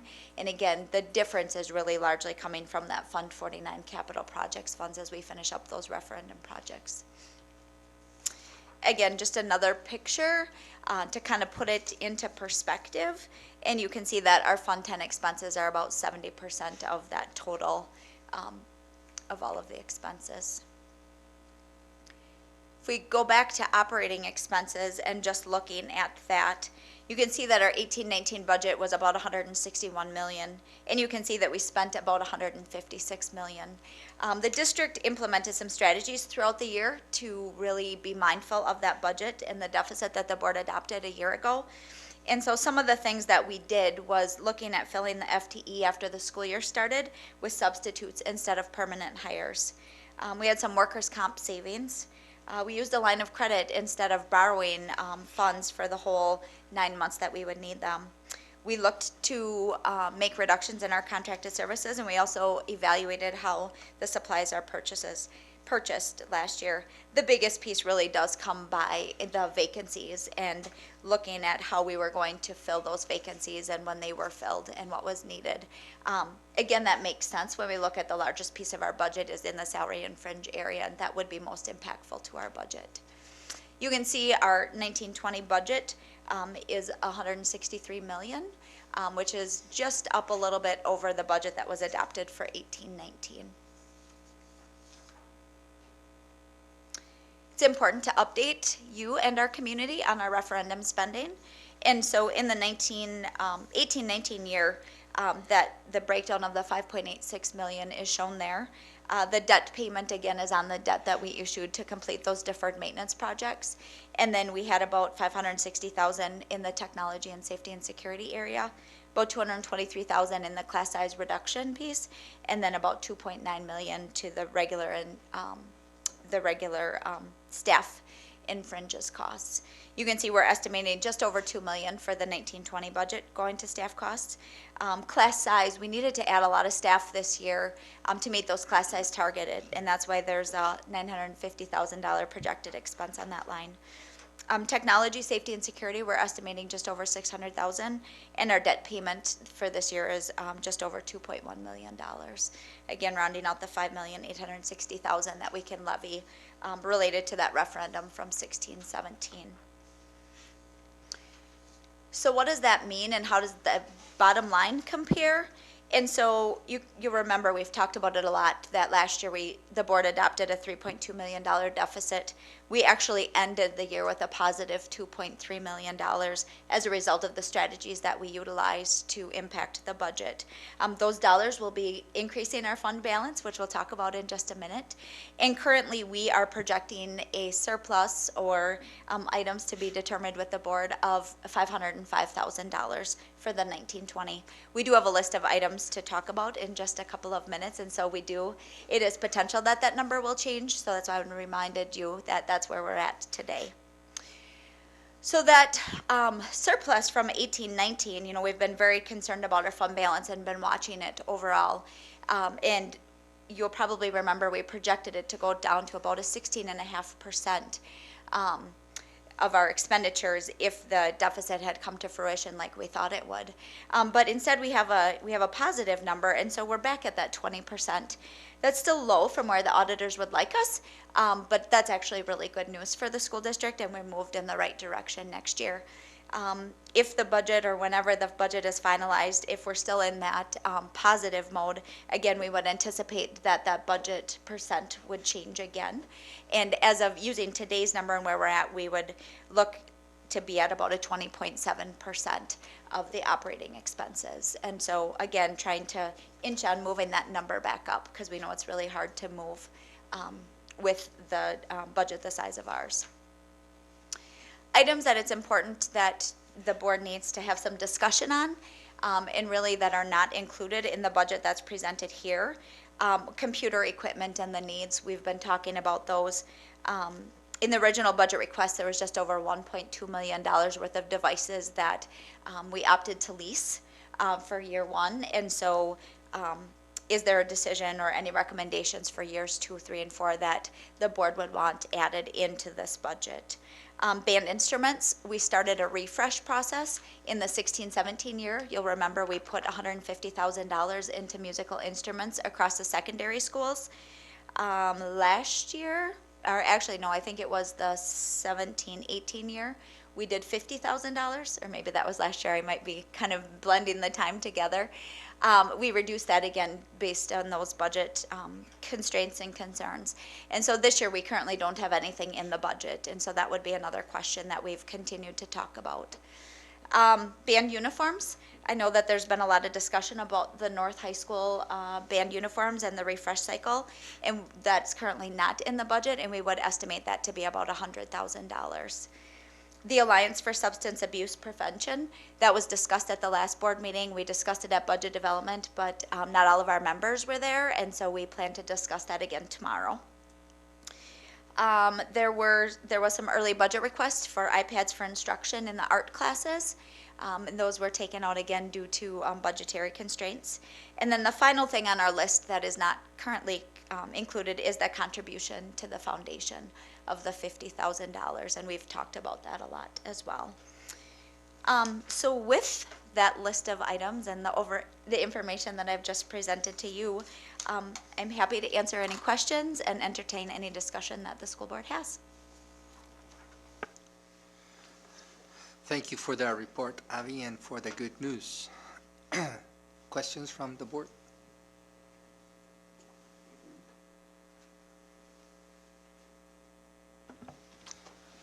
Commissioner Harder? This is indeed good news. It's great to see things moving in this direction. It's not entirely expected, but it's great to see. A lot of this is coming out of Madison, I think, but also due to the very hard work to make this happen here in terms of the ongoing work with the budget. That's, I know, is just continual. So much appreciated. And in terms of the list of potential items where this could go, I guess one of them that's not listed is we could just go into the fund balance. Is that, am I right about that? Yeah. So that's, I suppose there are some, this is not necessarily a totally comprehensive list, but it's a great starting list of things we've talked about that are very top of mind. In terms of the process for this board to come to some conclusions on how to make use of this surplus, I think the question is, do we can kick it to BDC to work on a little bit. We can talk about it tonight, or we can talk about it I think we have a budget specific session coming up as well for the full board, don't we? In November. Yeah, in November. So I think that's one of our questions really, is how do we want to proceed with this? And I'm certainly, as a member of budget, I'm happy for us to take this on as some pressing work, but also happy to look at it in other ways too.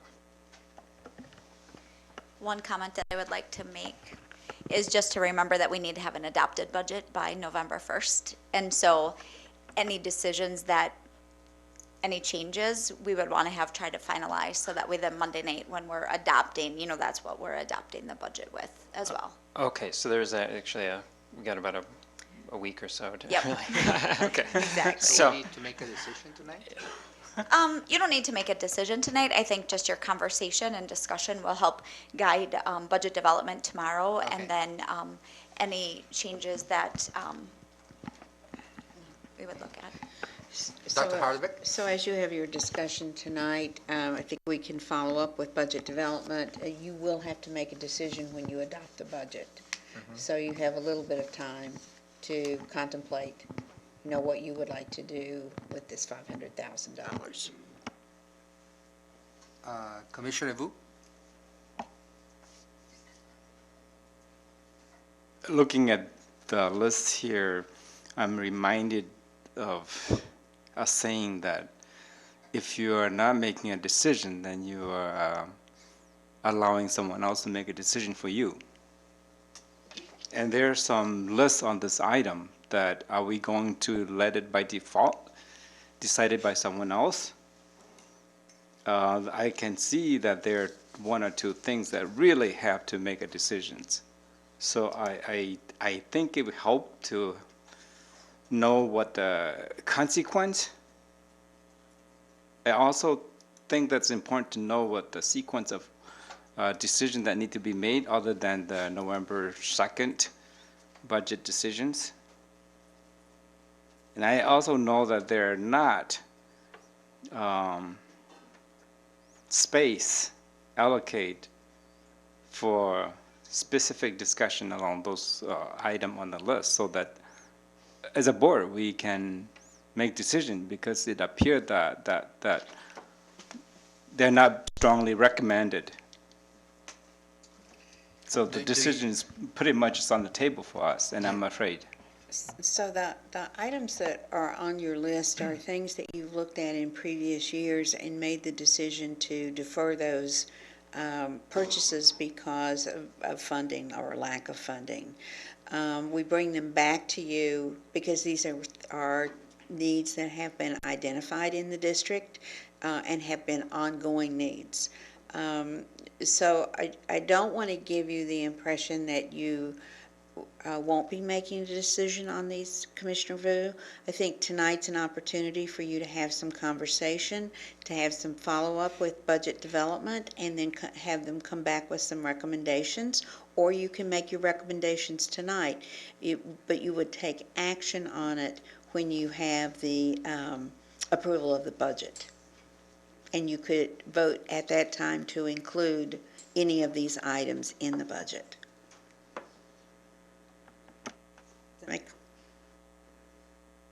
Remind me the budget meeting again, the work group for this topic? November. It's Monday night, the 28th at 5:30. You want the budget hearing, right? Yep.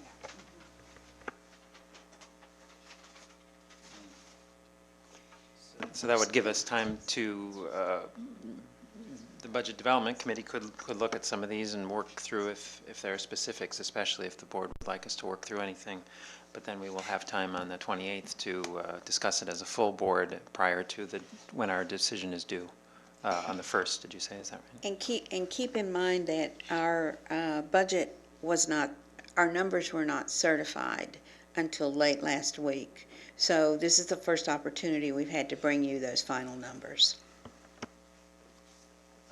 Follow-up questions. So the meeting on the 28th, does that include the discussion that we need to have so that we can move forward with the MOU on the Eau Claire Foundation? But then how, in that case, if it doesn't include that discussion about the foundation, then how can we decide that 50,000 foundation contribution? We are waiting for the response to a consultation made to the councils about the foundation. We'll receive that eventually in our next P&G meeting.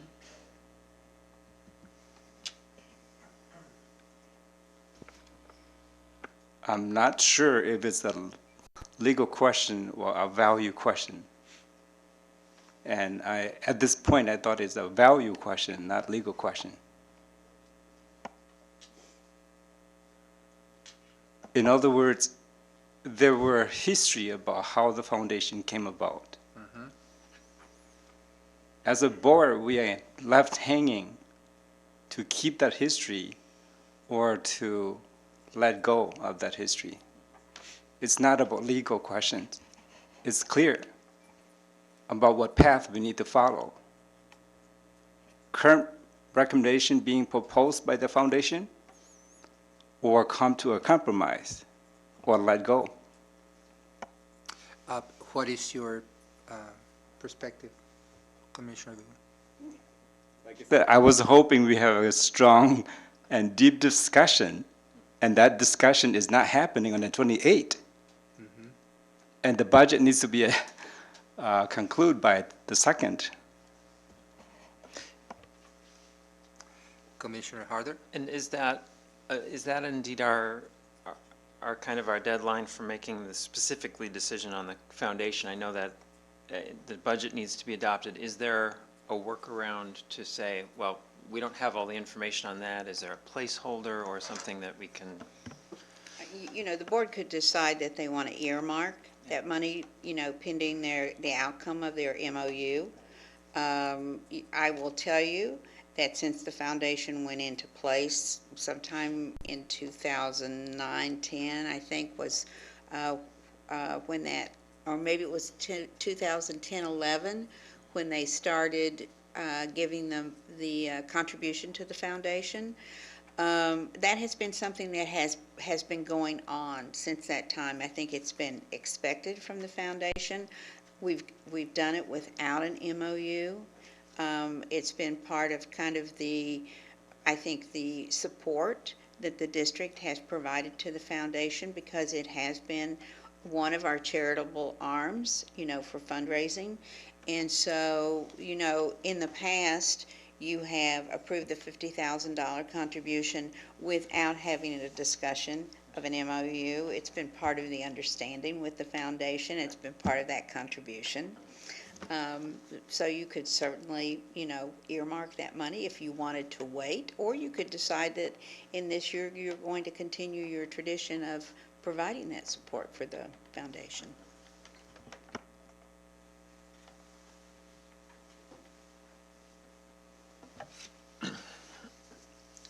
Commissioner Harder? It does occur to me that, the elephant on the list there is the computer equipment in a way, just in terms of scale of dollar figure. And again, we can look at this in budget. I don't have the expertise. I don't know that any of the other committee or board members on the committee would either, but just to sort of tease through that would, that would eat up the 500,000 and then some, throwing it at that number. Is there a way to, what would be a strategy for contributing to that concern with this surplus without necessarily using up the whole surplus? And to me, that's a question that comes to mind. And then, of course, the question of which, if any, of these do we actually want to? And what is our rationale for supporting versus not supporting each of these? Do we need this amount all at once for computer equipment? In a perfect world, I would say yes. Obviously, we came up with some creative solutions for this year, and I think that there's opportunity to look for more creative solutions. Leasing was a very good option for us, and we could, continue to look at that. We could look at other options and, come back to the board. It was really just making you aware that those were changes, again, to get to that positive budget situation. And I think one of the things to keep in mind about the technology costs is that we came to you with a 4-year plan, leasing one grade level in the first year and adding on to that each year. So you might consider looking at a second-year lease. The idea was to buy us some time to see how much support the state might provide for technology purchases in the future. So, those are all things to consider. And we're still kind of in that waiting space, right? Mm-hmm. Okay, yeah. So leasing for a second year would be one possibility. Do we have numbers on that? Okay. Would it take? Is it possible within this week time frame to get some notion of what that might look like? Yeah. Yeah. I think so. Yes. Okay. I think that would probably be helpful. But we can definitely chunk it out. Yeah. Great. I seem to recall that the iPads for instruction for art classes are some kind of different. How are they different? Yep. So go a little softer on that one. The instruction in the different apps that they would use are much more specialized, and the iPad allows for that. It also has some increased space capacity for that work. So the team has met and identified that as a tool, as opposed to, so the other devices that we saw at the beginning on the top on the list are strictly Windows-based laptops, generally using Microsoft Office Suite and other online tools. But the iPad is specifically chosen because of its apps and its tailoring those apps towards art instruction. And that's the tool that team has identified, and they have our support from a curricular standpoint. It is a little bit different of a tack than the traditional one, but that's just because of the content need. In terms of creativity, right? Since they are for art, could we think about leasing instead of buying? Oh, yeah. We could look at other options. We'll have to check also if the capacity, like if the size of the order warrants it, but we could definitely check into it.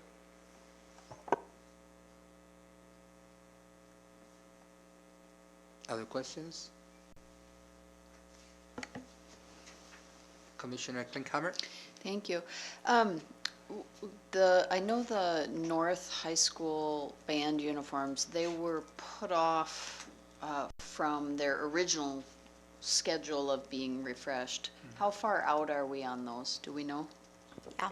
They were originally planned to purchase in 1819, and so a year behind schedule So we're currently. a year behind schedule. And then my recollection of the band instruments was or maybe last year or the year before that, we needed 150 for all of it, and then didn't we approve like 50 to be spent? So is that what remains, or was the 150 the total number from the beginning, such that there's only 100,000 really left to be, or wishful thinking for me? Yeah. Right, when we originally put together the plan, we worked with the band and orchestra teachers to look at the current needs.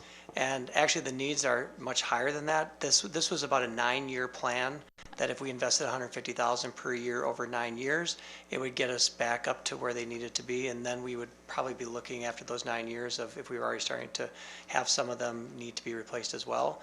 So the 150 wasn't just a one-time, it was actually an ongoing plan, and it was 20,000 per secondary school for band instruments and 10,000 per secondary school for orchestra instruments.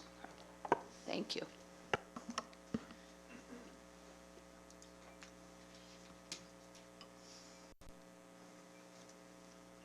But it could be a lower amount, right? Yeah, they'll take anything they can get. Could we lease instruments?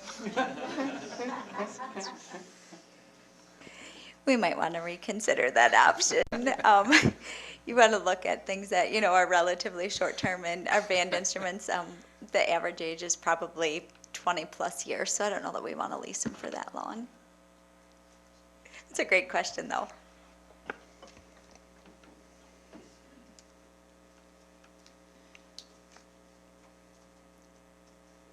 I don't know if with these commentaries you have enough direction. Well, I want to add something to that. Oh, yeah, Commissioner Vu. Can we agree that we used up the 500,000 to fill the gap that we can and need to on this list?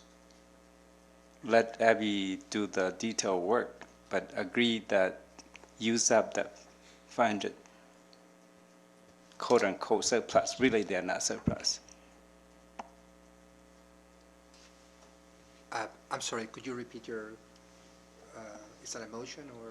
Yeah. To help her really give her the direction to move forward, we would need to give the blessing that she work on use up that 500,000 to meet the list that are needing to go moving forward. Okay. We have a motion on the table and a second, then we can discuss. Well, I want to make the motion. You're in committee meeting right now. You can't Oh, make a motion. that's You true. can give some suggestion and some direction. Okay. Well,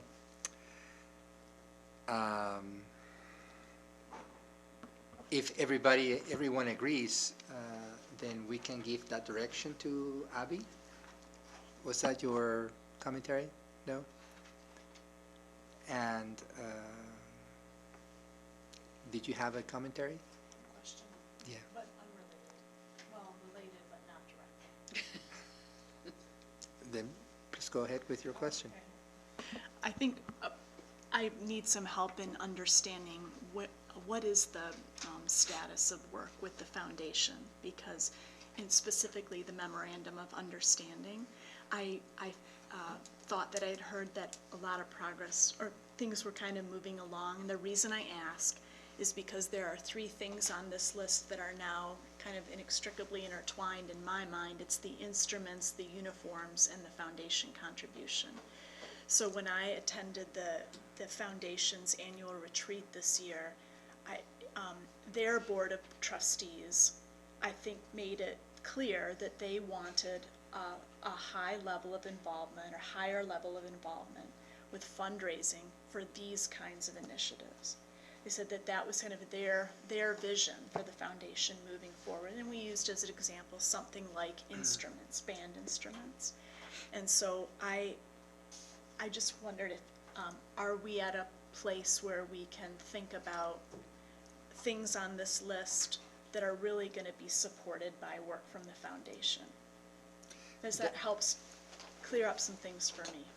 That's a good question. They have drafted a proposal for an MOU that basically documents what we have been doing so far. And a little bit more. With some additions. They are requesting that they become the sole fundraiser for the district, and that all donations should be done through them. We are consulting with our attorneys as to whether that is possible or not. We are waiting for that response in the next few days, and then we will, in policy and governance, produce a response to the foundation with a counter proposal. Indeed, they have great intentions and plans for putting more energy and more focus on their raising efforts. And I understand that, for example, music and band instruments are part of their interest. So you're right, they could help us with this. I don't think that the MOU is on the way. They will do it with or without the memorandum. It's just a matter of knowing if they do have the funds available for us this year or not. Because if they do have the funds, then we don't need to budget this amount, this 100,000, 150,000 for instruments. So it would be a matter of consulting with them. I don't think they have the funds.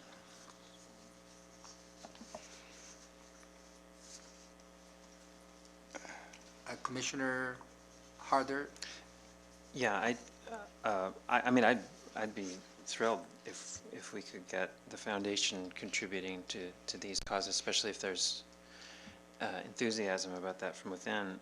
I do have a concern about the band uniforms, as I think we all know on the board from the Friday letter, if the equity concerns around the uniforms and the fact that those have, you know, the way it was scheduled, this happened that Memorial did receive their uniforms. Then we really hit kind of rock bottom with our budget and weren't able to do North. My concern about putting it to the foundation is that we can get it in a timely manner as compared to just funding it directly from this surplus. So that would be my only hesitation on that for as far as the uniforms go.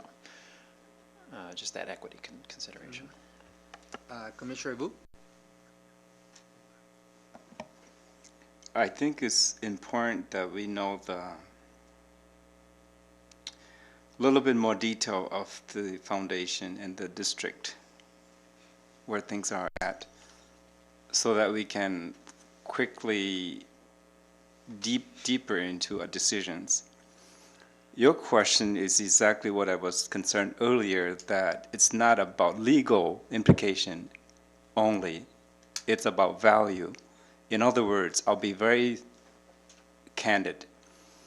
Their donor who wants money to go in and come out to band instrument, band uniform, for example.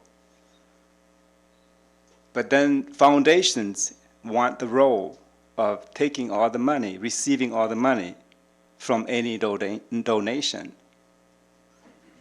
If that is the case, then the administration fee or things that will help the foundation sustain come from fees. Eau Claire School District already commit to, in the past, for the couple years, 50,000.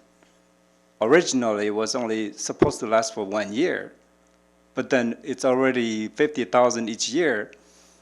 And that in itself, if you look at it, that could be a flat fee. So that short-term donation doesn't have to be fold into the fee so that it encourages donors to donate more. But the discussion about foundation should take on a role of investment or leave out the short-term donation to the district alone. That discussion hasn't taken place. Or can all the money go into foundation and then allow the flexibility of going out quickly and not collect that fee? That has not been discussed. So how can we ignore this?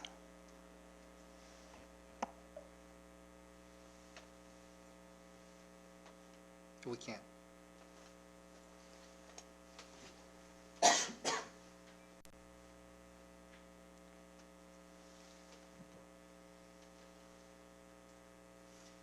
Am I sensing that you would be more inclined to give some kind of priority or first dip on the band instrument, on the band uniforms?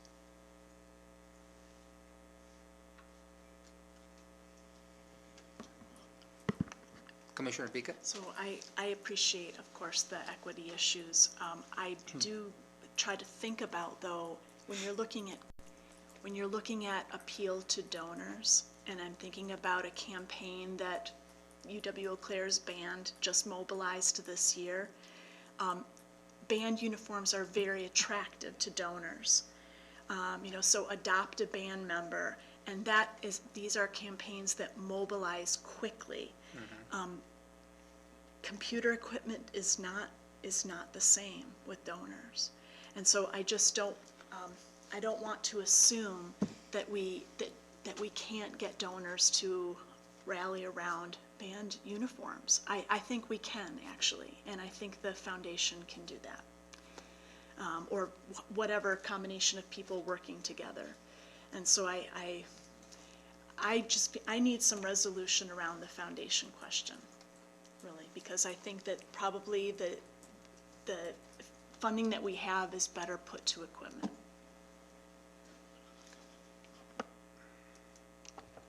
I guess that's something that we can propose to the foundation, initiate a campaign for the uniforms. Would other members of the board support that?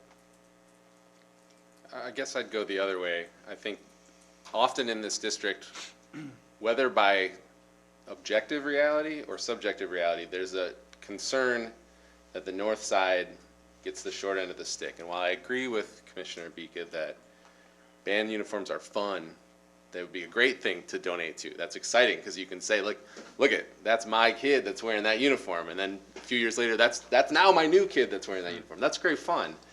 But the appearance that we're willing to directly fund Memorial's uniforms. And then obviously the budget situation was really tough last year. And it's a rational decision to push that off. That's something that isn't mandatory. But then to say, but now we're not going to directly fund and we're going to ask the community to fund that at North, I think feels like we're saying we're willing to just cough up the money right away for Memorial, but we're not willing to do it for North. And I don't like that feeling. I agree that we probably could mobilize it quickly, but I would much rather send the message that we'll put our budget surplus towards making sure that our students at both schools are treated in the same way or as best we can, given budget.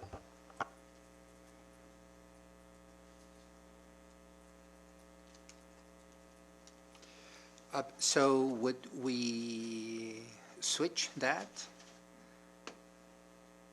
and ask the foundation to intensively support the band instruments item? maybe we can request the total amount or just 100 and then we put the other 50. Would that be something that you can live with?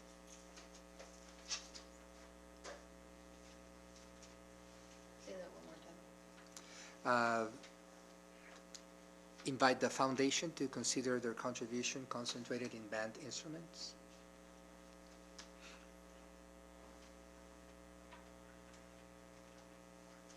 That's ongoing, and it's spread across all of our secondary schools equally. So I think in that sense, that's more palatable to me than doing it with uniforms.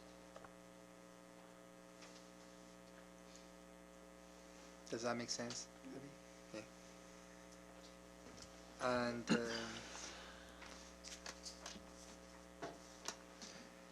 for the foundation contribution,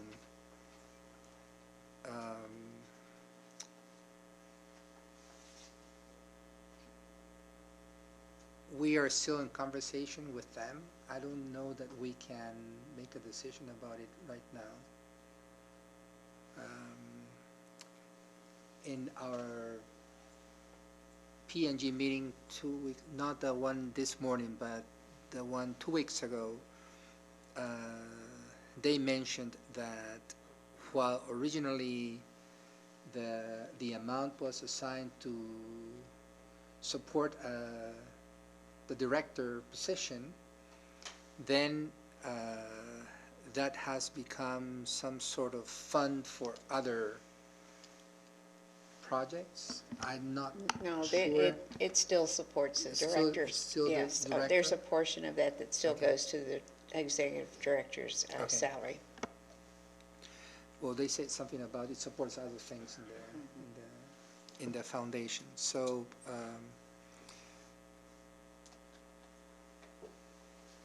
I don't know that we can decide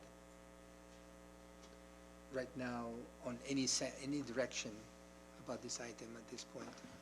And I think that's actually okay, because as Dr. Hardebeck mentioned earlier, if it's not in the budget, the board, we always bring adjustments to the budget or to the board to adopt. And so once that gets settled out, the board could certainly put that on and say, yep, we want to put that contribution in. It's just an unbudgeted item that would go against whatever that final number is. And then you would see it in that budget to actual difference that we talk about, once a year. And then you said that the computer equipment can be creatively reduced, right? I mean, the numbers. Yeah, we would look at that as well. Okay. Can you be very creative? Jim says yes. Okay, wonderful. Thank you very much. The Alliance for Substance Abuse Prevention. We have not heard from Budget Committee yet. So we'll wait for them. Yeah, we're still working on that one. To see if we can perhaps push the Alliance to get support from the business community as well, because that was the piece missing in their proposal. Did you get enough direction? Yes, I think I have enough. Great, thank you very much. Thank you. Thank you for the report, Abby.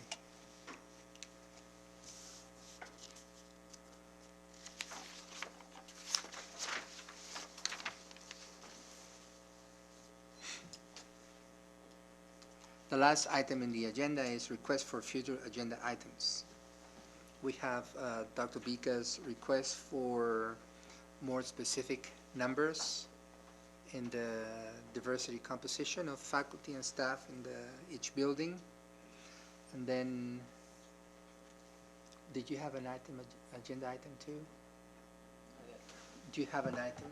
Yeah, I'd just like for, I guess, Kim Devon Kohler to Trends. come with some information about capacity issues in the district and the work that Demo and Trends would like to do to help plan to alleviate that, and maybe even a timeline of how soon we might be able to get things implemented. But just like very brief, maybe 15 minutes. Acres of Joy.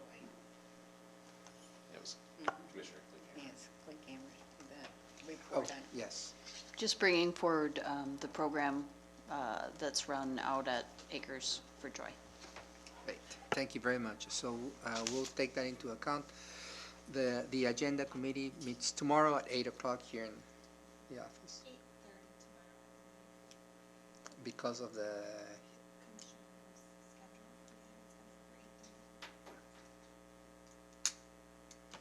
It seems not. 8 o'clock. I think the P&G, we just talked earlier that it can move to 8. So tomorrow's different thing. Yeah. Will I be able to meet that meeting at 7:30?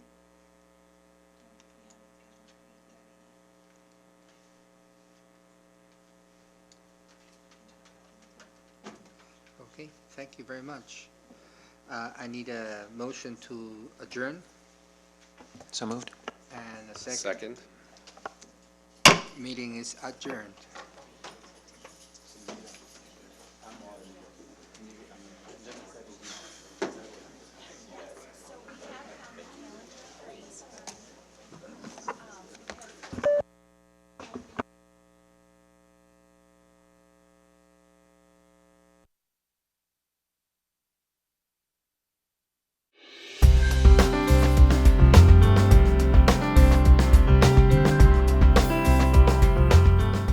This program was brought to you by a cooperation between Newsworks and the Eau Claire Area School Board.